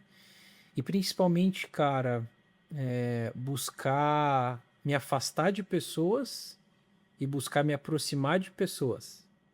Acho que esse é um ponto específico, assim, sabe? É aquela famosa frase, né? Você é a média das pessoas com que você mais convive. Hoje eu tenho que conviver com pessoas que têm pensamentos distorcidos, que eu passo mal quase ficando perto. Mas são pessoas que eu preciso conviver. Só que aí eu tenho a consciência de que eu não posso absorver certas coisas delas. Mas eu preciso ter lugares, situações, ambientes que eu vou me abastecer. Por isso que é muito importante a gente entender que a gente precisa ter tempo pra gente. Tempo de descompressão, tempo de solitude, né? Solitude você já sabe o que é, né? Mas para quem não sabe, solitude é diferente de solidão. Solidão é eu quero ter alguém comigo, mas eu não tenho ninguém, eu tô solitário. Essa é a solidão. A solitude é diferente.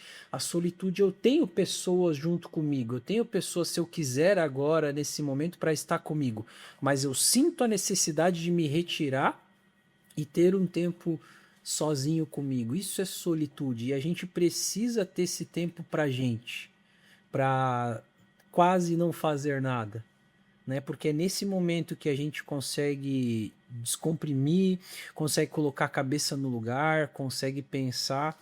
E eu sou um cara que eu faço muito isso. Pelo menos umas 2 ou 3 horas por dia, e cara, eu tô preso na minha mente, nos meus pensamentos, analisando um pouco do que eu fiz, do que eu faço, sabe?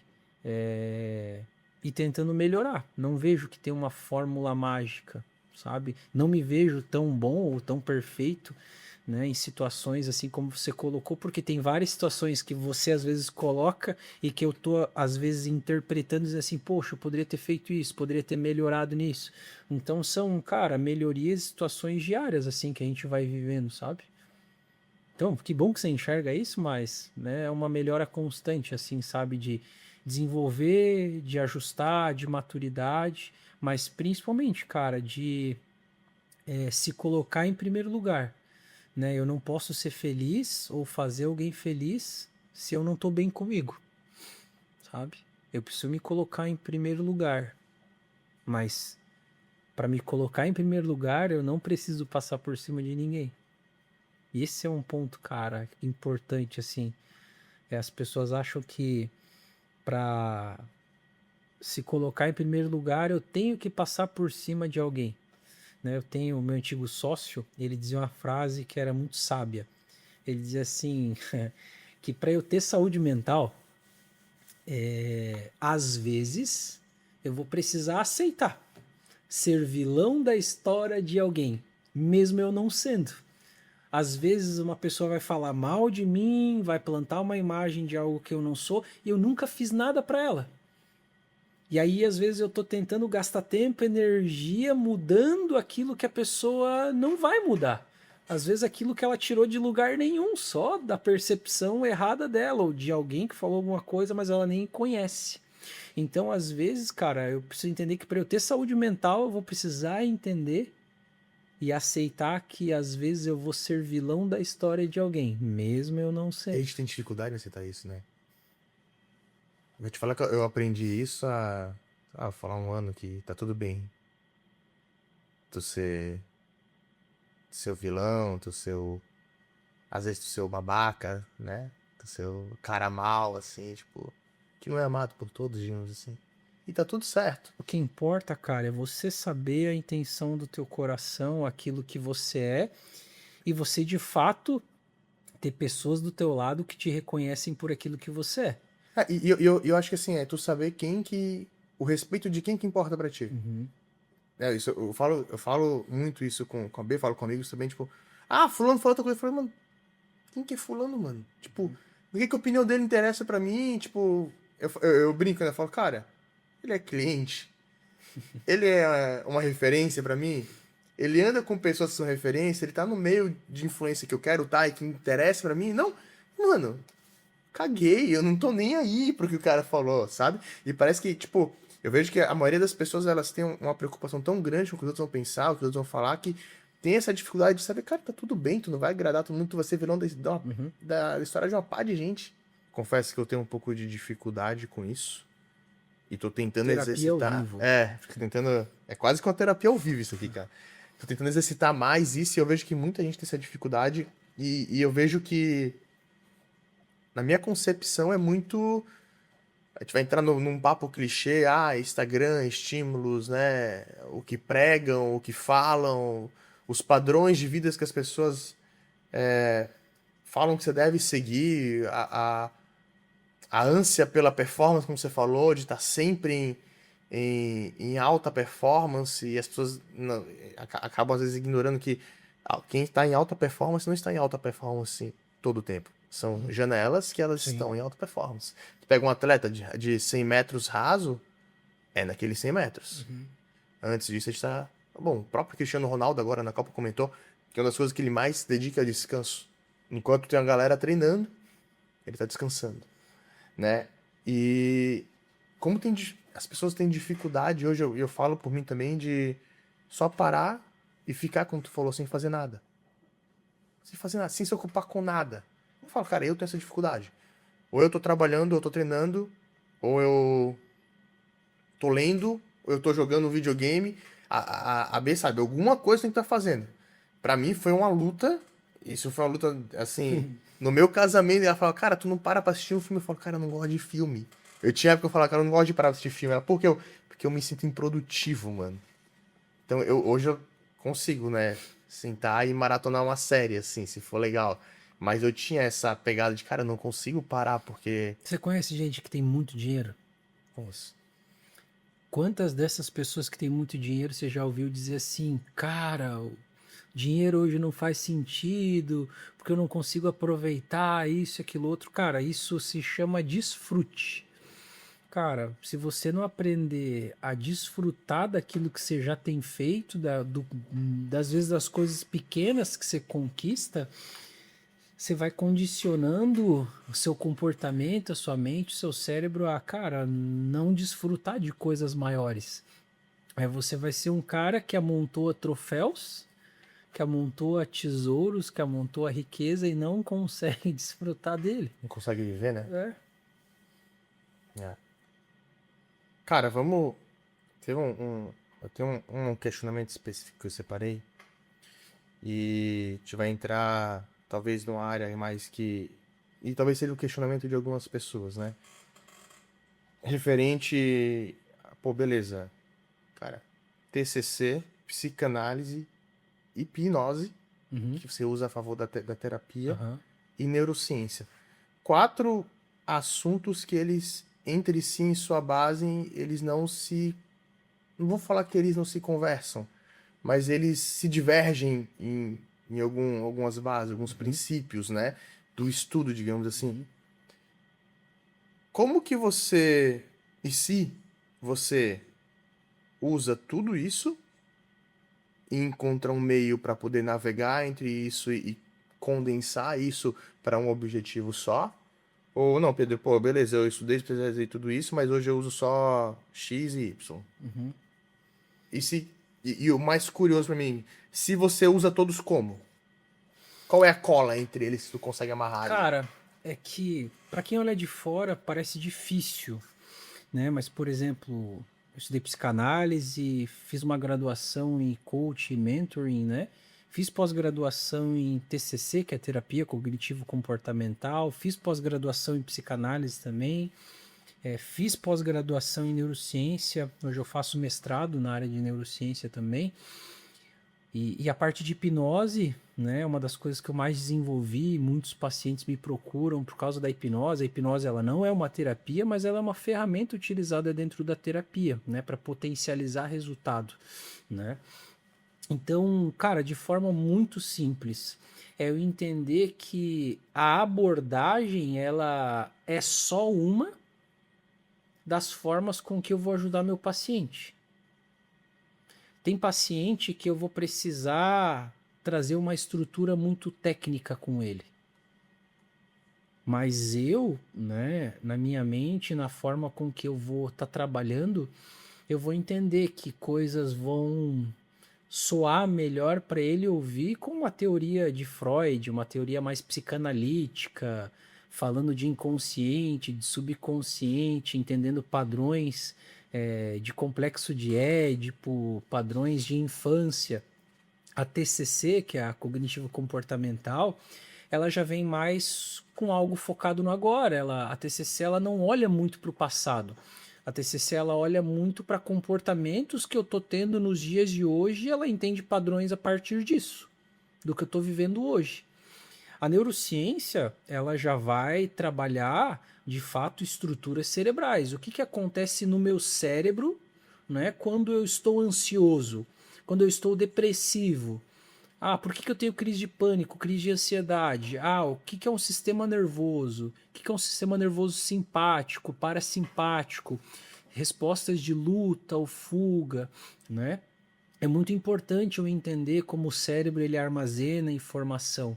Então, como essas coisas se conectam, né? Eu tento de fato trazer o melhor dos mundos da psicanálise, né? Porque a psicanálise, obviamente, ela vai trabalhar um pouco mais na construção do caráter daquilo que vem da criação, que vem da infância.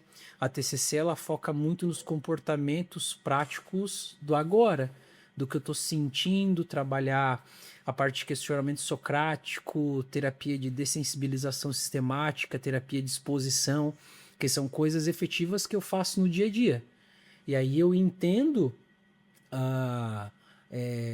processos mentais e cerebrais que estão acontecendo com ela. Por exemplo, a pessoa está com crise de ansiedade. Aí eu digo para ela, olha, o teu sistema nervoso, simpático, ele foi ativado, você está tendo respostas fisiológicas de luta, de fuga, né? Então você vai perceber que a sua pupila vai dilatar, o seu coração vai acelerar, você vai ter desconforto abdominal muito grande. Então, quando eu trago essa teoria de entender um pouquinho, ou de trazer um pouquinho da neurociência para explicar o que a fisiologia da pessoa está gerando, então o sintoma dela é um, mas eu trago essa junção de aplicações práticas da TCC, né, de dessensibilização sistemática, de questionamento socrático para ajudá-la a entender padrões do dia de hoje. Por exemplo, tem paciente que não consegue interpretar que ele está em altos níveis de estresse nos dias de hoje. Mas às vezes isso também já começa a vir de uma cobrança muito grande que a pessoa teve na infância inteira, sabe?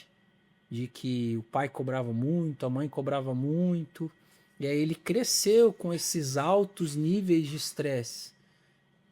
E aí o cérebro dele foi ficando de fato mais sensível a essas situações de estresse. Então, ele foi crescendo com receptores cerebrais, né, meio que como se o pavio dele fosse mais curto que o normal.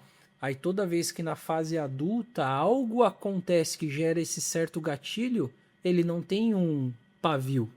Ele já explode muito rápido. É onde vem as crises, uma crise de raiva, um ataque de raiva, né? Uma crise de ansiedade, uma crise de pânico. Então, assim, como que eu misturo tudo isso? Cara, pegando o melhor dos mundos de cada coisa e explicando isso de forma muito simples para o meu paciente. Então, às vezes eu sinto realmente que a minha terapia ela é uma terapia meio Frankenstein, assim, sabe? Porque eu pego de fato o melhor dos mundos de cada coisa e eu vou sintetizar isso para o meu paciente de fato de uma forma que faça sentido para ele, que ele vai conseguir entender o que ele está sentindo, o que ele está passando, da onde isso veio ou vem, como enfrentar, como trabalhar aquilo, como o cérebro dele vai trabalhar em cima disso, o que, que vai mudar não só na mente, mas vai mudar na estrutura cerebral dele para que ele fique bem. Quando isso faz sentido, cara, a pessoa tem melhora.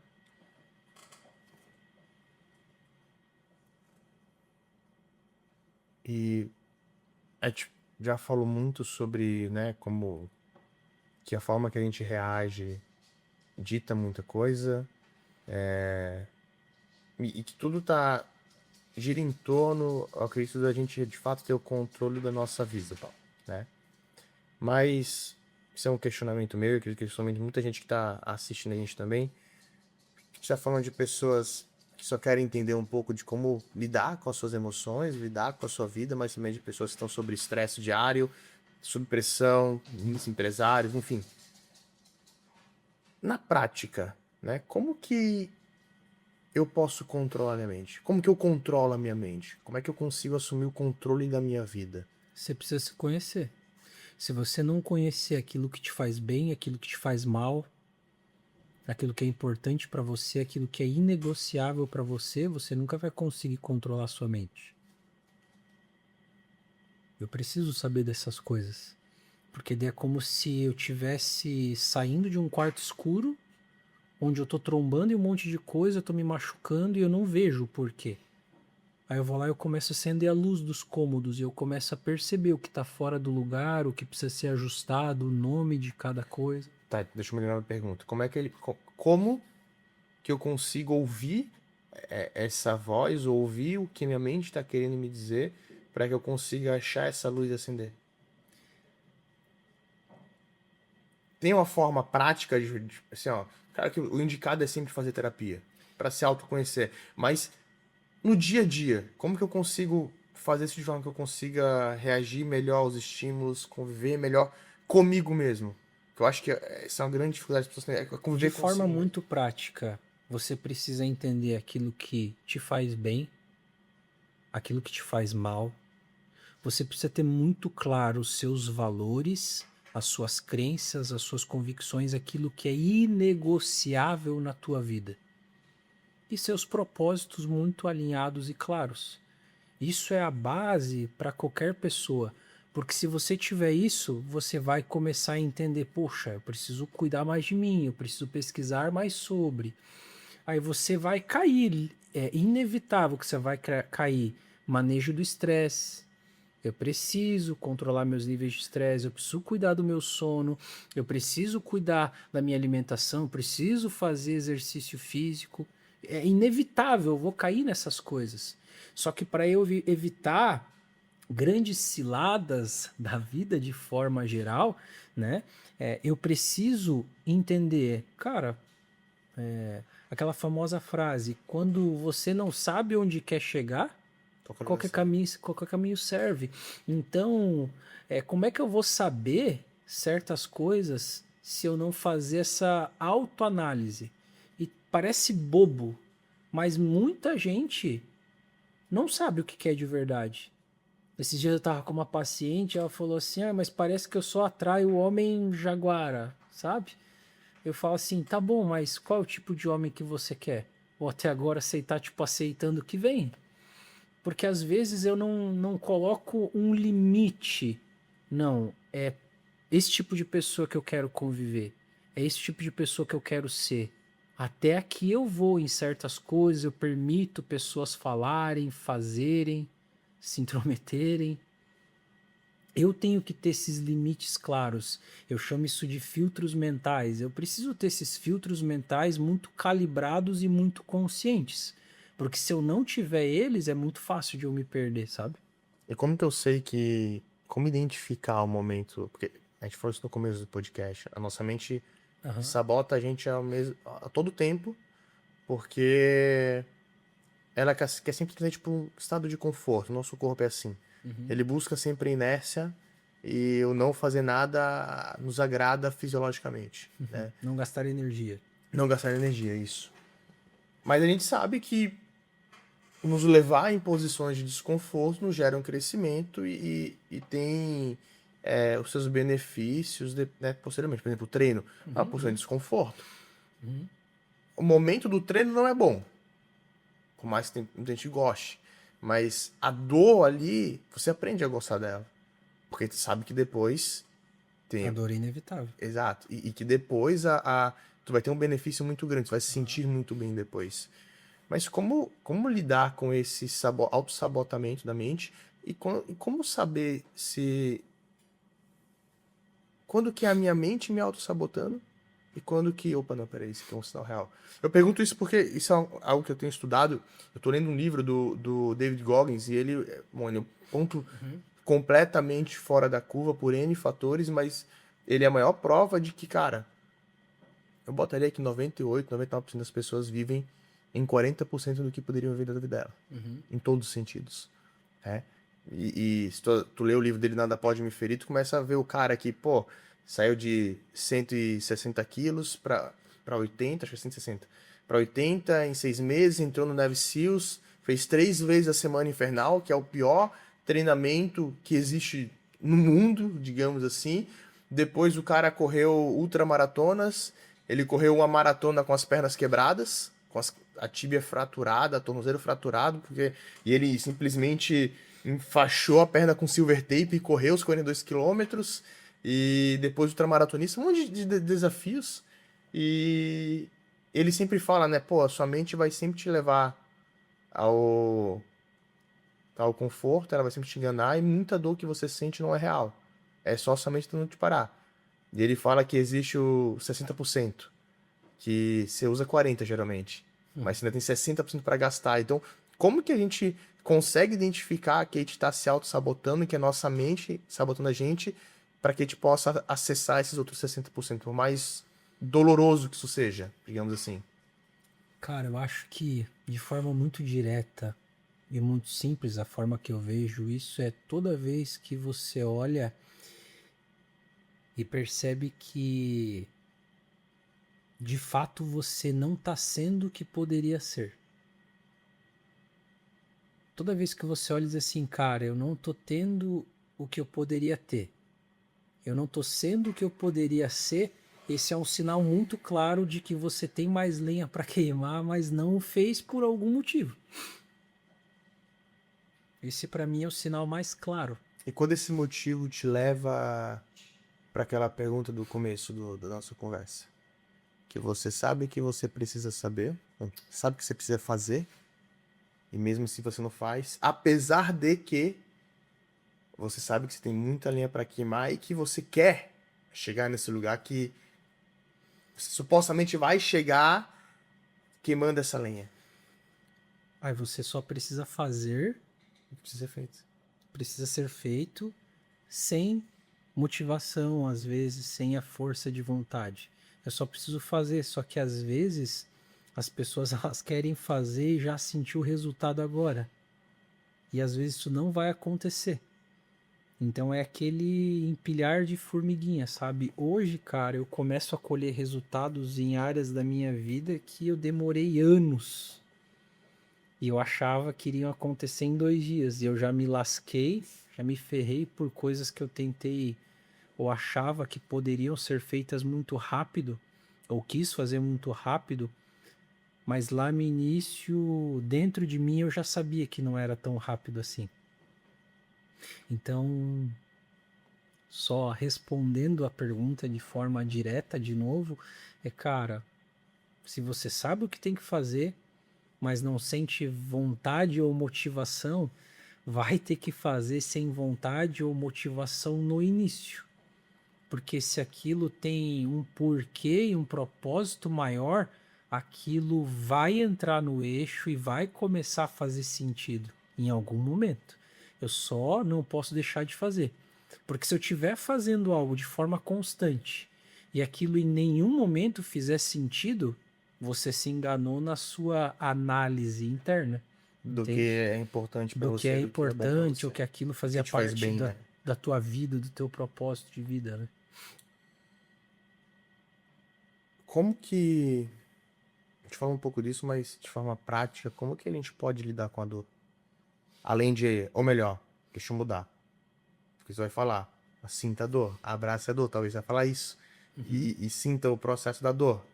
Como que eu sinto a dor?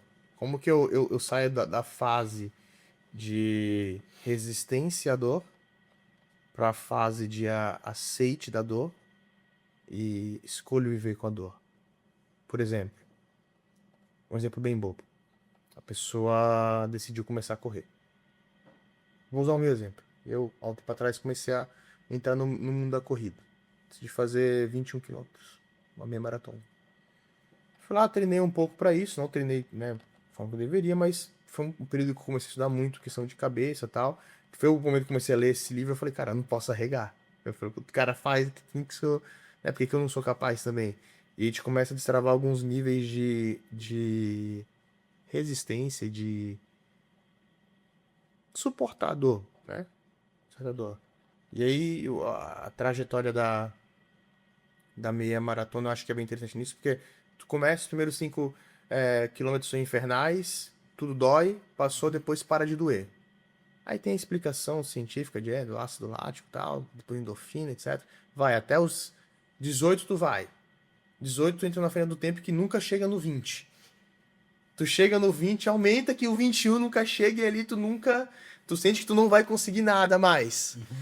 Mas é um processo que você se força a sair desse momento de... Essa postura de resistência à dor, para aceitar a dor, abraçar ela, viver ela, sentir ela e conseguir passar por ela. Mas como que de forma intencional a gente pode fazer esse processo, a gente pode aceitar isso, a gente pode viver isso de certa forma? Cara, como eu busco fazer, vou citar um exemplo seu, um exemplo de clínica. Eu atendo muito casal, né? Uma das coisas que eu mais atendo é terapia de casal, e aí às vezes a gente vê algumas traições, enfim. Existe a dor física, né? Que é a que você citou, e aí a dor física, obviamente, você vai ter que sentir ela e gerando um condicionamento a sentir ela. Vai ser muito difícil você conseguir suportar uma dor que vai de 0 a 100 que você nunca sentiu. Agora, se você for fazendo isso de forma progressiva, sua tolerância à dor física ela vai aumentar. Correto? Da mesma forma para a dor emocional. Aí vamos pegar um exemplo de um casal que, sei lá, um cônjuge traiu o outro. É preciso entender que essa dor ela é emocional, ela às vezes vai virar uma dor física, né? Mas a maior parte dela é emocional. E a forma de suportar ela é como? Colocando isso para fora, sabe? Eu vou precisar externalizar o que eu tô sentindo, porque tem pessoa que tenta guardar aquilo, sabe? E não é o melhor caminho. Eu preciso colocar isso para fora, eu preciso expor o que eu tô sentindo, eu preciso, como você falou, né?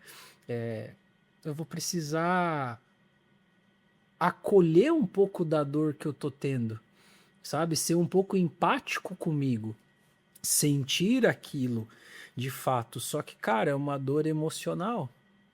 Eu vou precisar passar por esse processo, entende?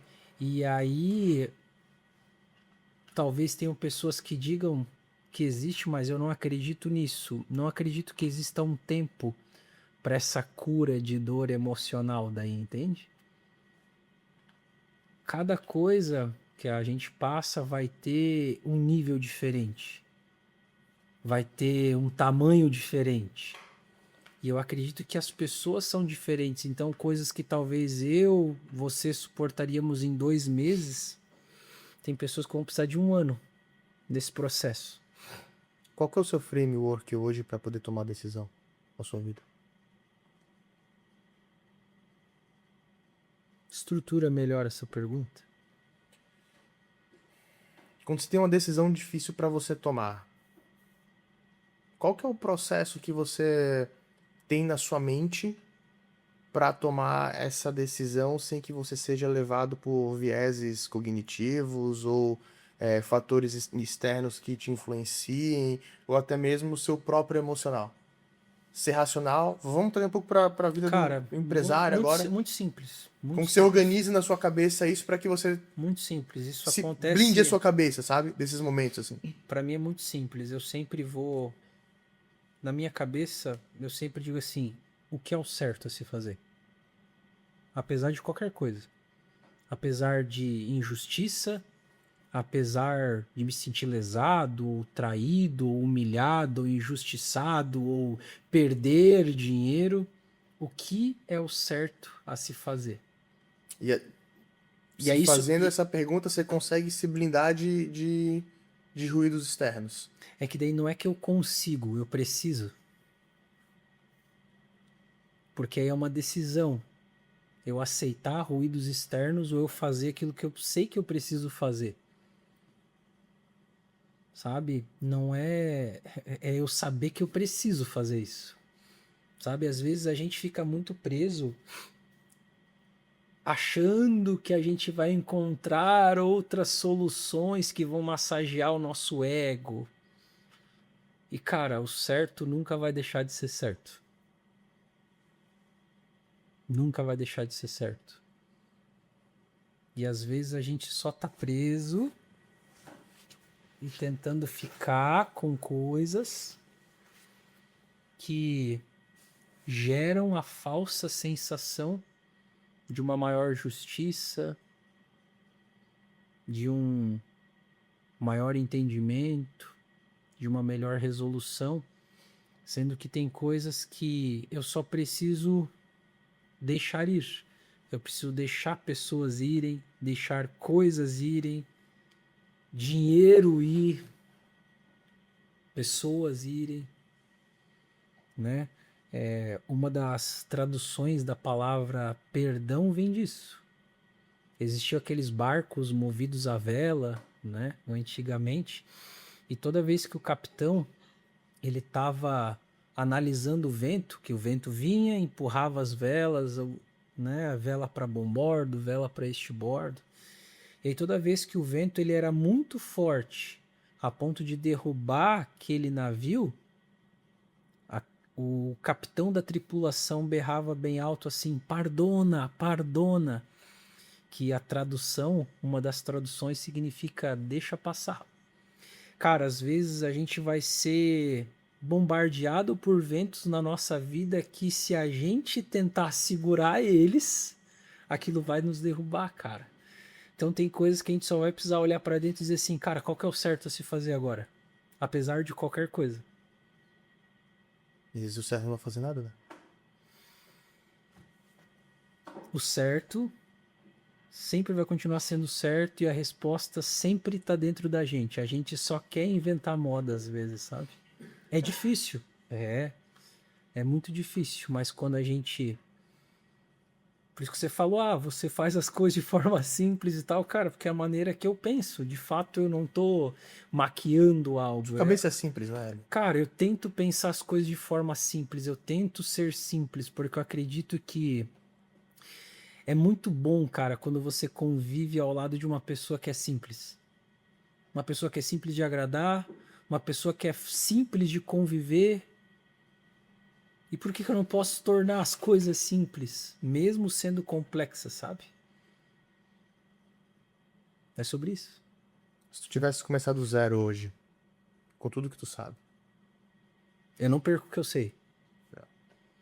mas você perde o acesso às pessoas que você tem, você perde todo tipo de recurso financeiro, você perde tudo. É só você e a tua cabeça. O que você faz? Ser intencional naquilo que eu quero. Essa é uma das palavras que eu mais carrego pra mim. Cara, seja intencional em tudo que você faz. Se eu for intencional nas pessoas que eu quero me aproximar, das coisas que eu quero, dos lugares que eu quero frequentar, se eu for intencional e eu sempre tiver isso claro, o dinheiro é só um detalhe. O acesso é só um detalhe. As coisas são só um detalhe. Porque o que mais falta para as pessoas não é o querer, porque todo mundo quer. Todo mundo quer. Agora, ser intencional e se mover de forma intencional para aquilo é o que muitas pessoas não têm. Então, é o que eu faria. Sem recursos, sem dinheiro, sem o network que eu tenho, mas com o conhecimento que eu tenho. Eu seria intencional em tudo que eu fosse fazer. Bom. Tem alguma coisa nova que tu tá fuçando? Algum negócio novo? Tu diz negócio de empreendimento? Alguma ideia que tu tá tentando tirar no papel, tá namorando alguma coisa. Tu agora foi pra a pista da terapia, né? Atendimento, tu começou um programa de mentoria, né? De mentorar Sim, empresários, sim.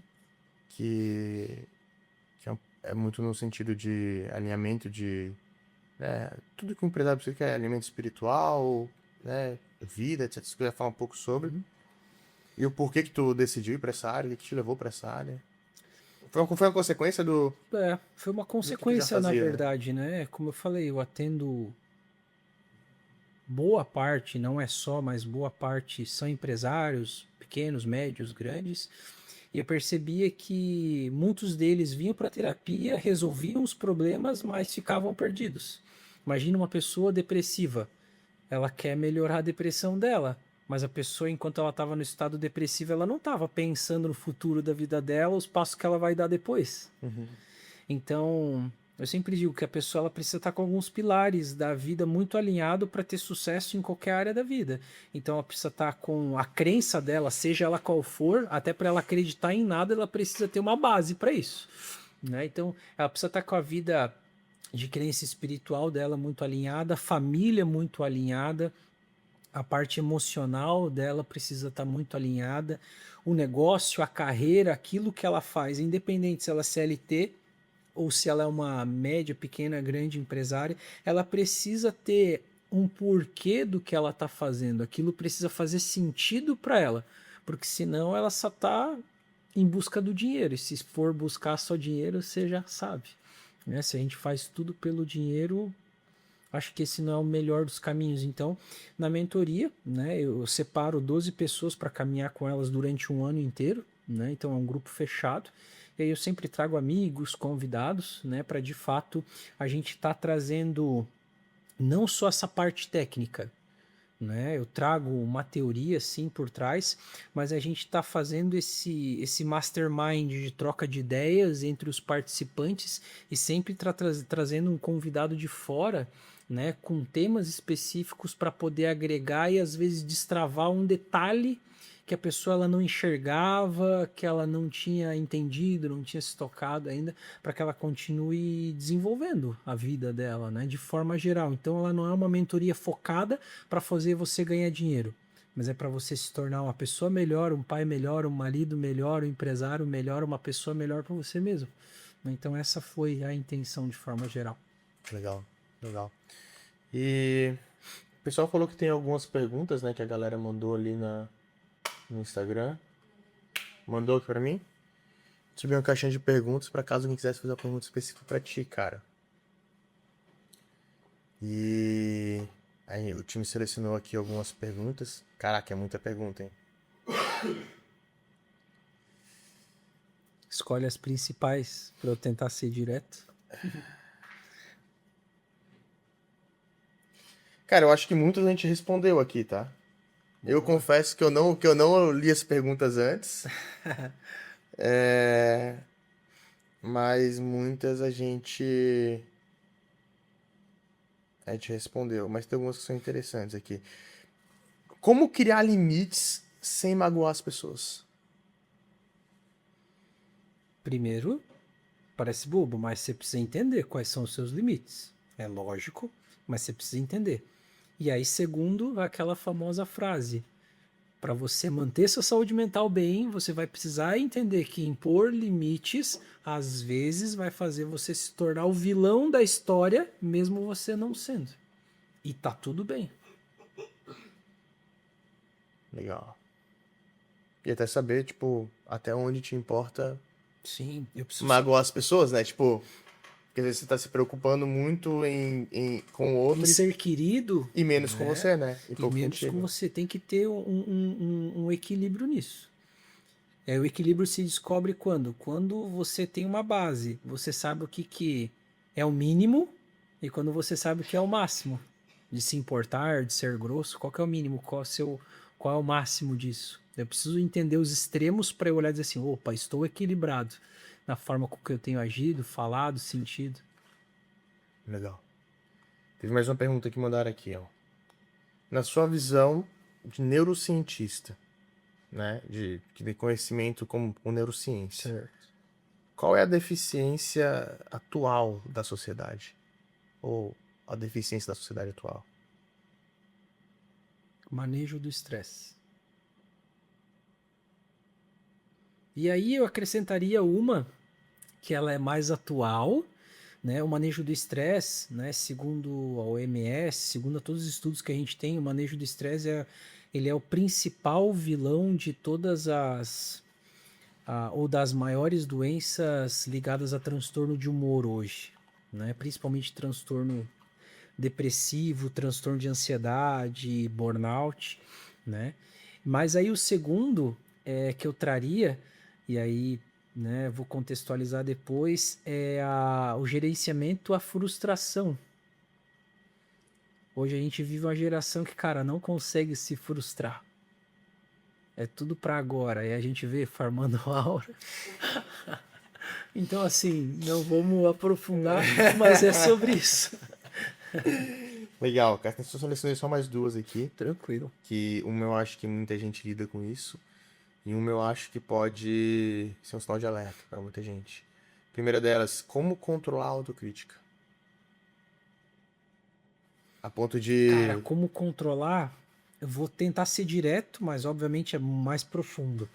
Mas como controlar a autocrítica é entender quais são as críticas que estão te ferindo. Depois de entender, é entender por que a crítica dessas pessoas ou dessas coisas me ferem tanto. Mas e a crítica que eu faço a mim mesmo? Aham. Né? A Autocrítica. autocrítica no sentido de eu me limito por acreditar que eu não sou bom, que o que eu faço não é bom, por eu estar sempre. Mas o que te fez acreditar que você não era bom, que você não era capaz? Da onde você ouviu? Da onde você sentiu isso? Isso sempre vem de algum lugar. Eu sempre digo, cara, que as coisas que a gente sente, elas, cara, tem um rastro, elas normalmente vêm de longe. A gente só não associou isso. E aí a gente toma propriedade achando que a gente mesmo Começa a fica virar uma pregando. verdade. Começa a virar uma É verdade, aquele uma negócio, né? verdade. Quem pode te potencializar tanto pra mais quanto pra menos é somente, né? Justo. Legal. E por último, tem algum comportamento que pode parecer normal, mas é um sinal de alerta? Cara, tem alguns. Tem alguns. Mas eu acho que os principais vão ser, para mim, né? Sempre que você começa a abrir mão de coisas que você ama, de coisas que você gosta muito, e você simplesmente, por nada, começa a abrir mão, perder a vontade de fazer essas coisas.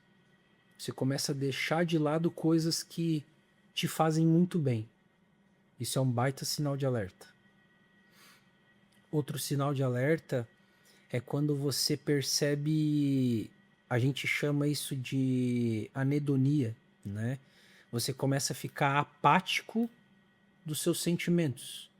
Você não sente nem tanta felicidade quando algo muito bacana acontece, e também a tristeza, aconteceu algo muito ruim, você tá mais apático, mais neutro assim.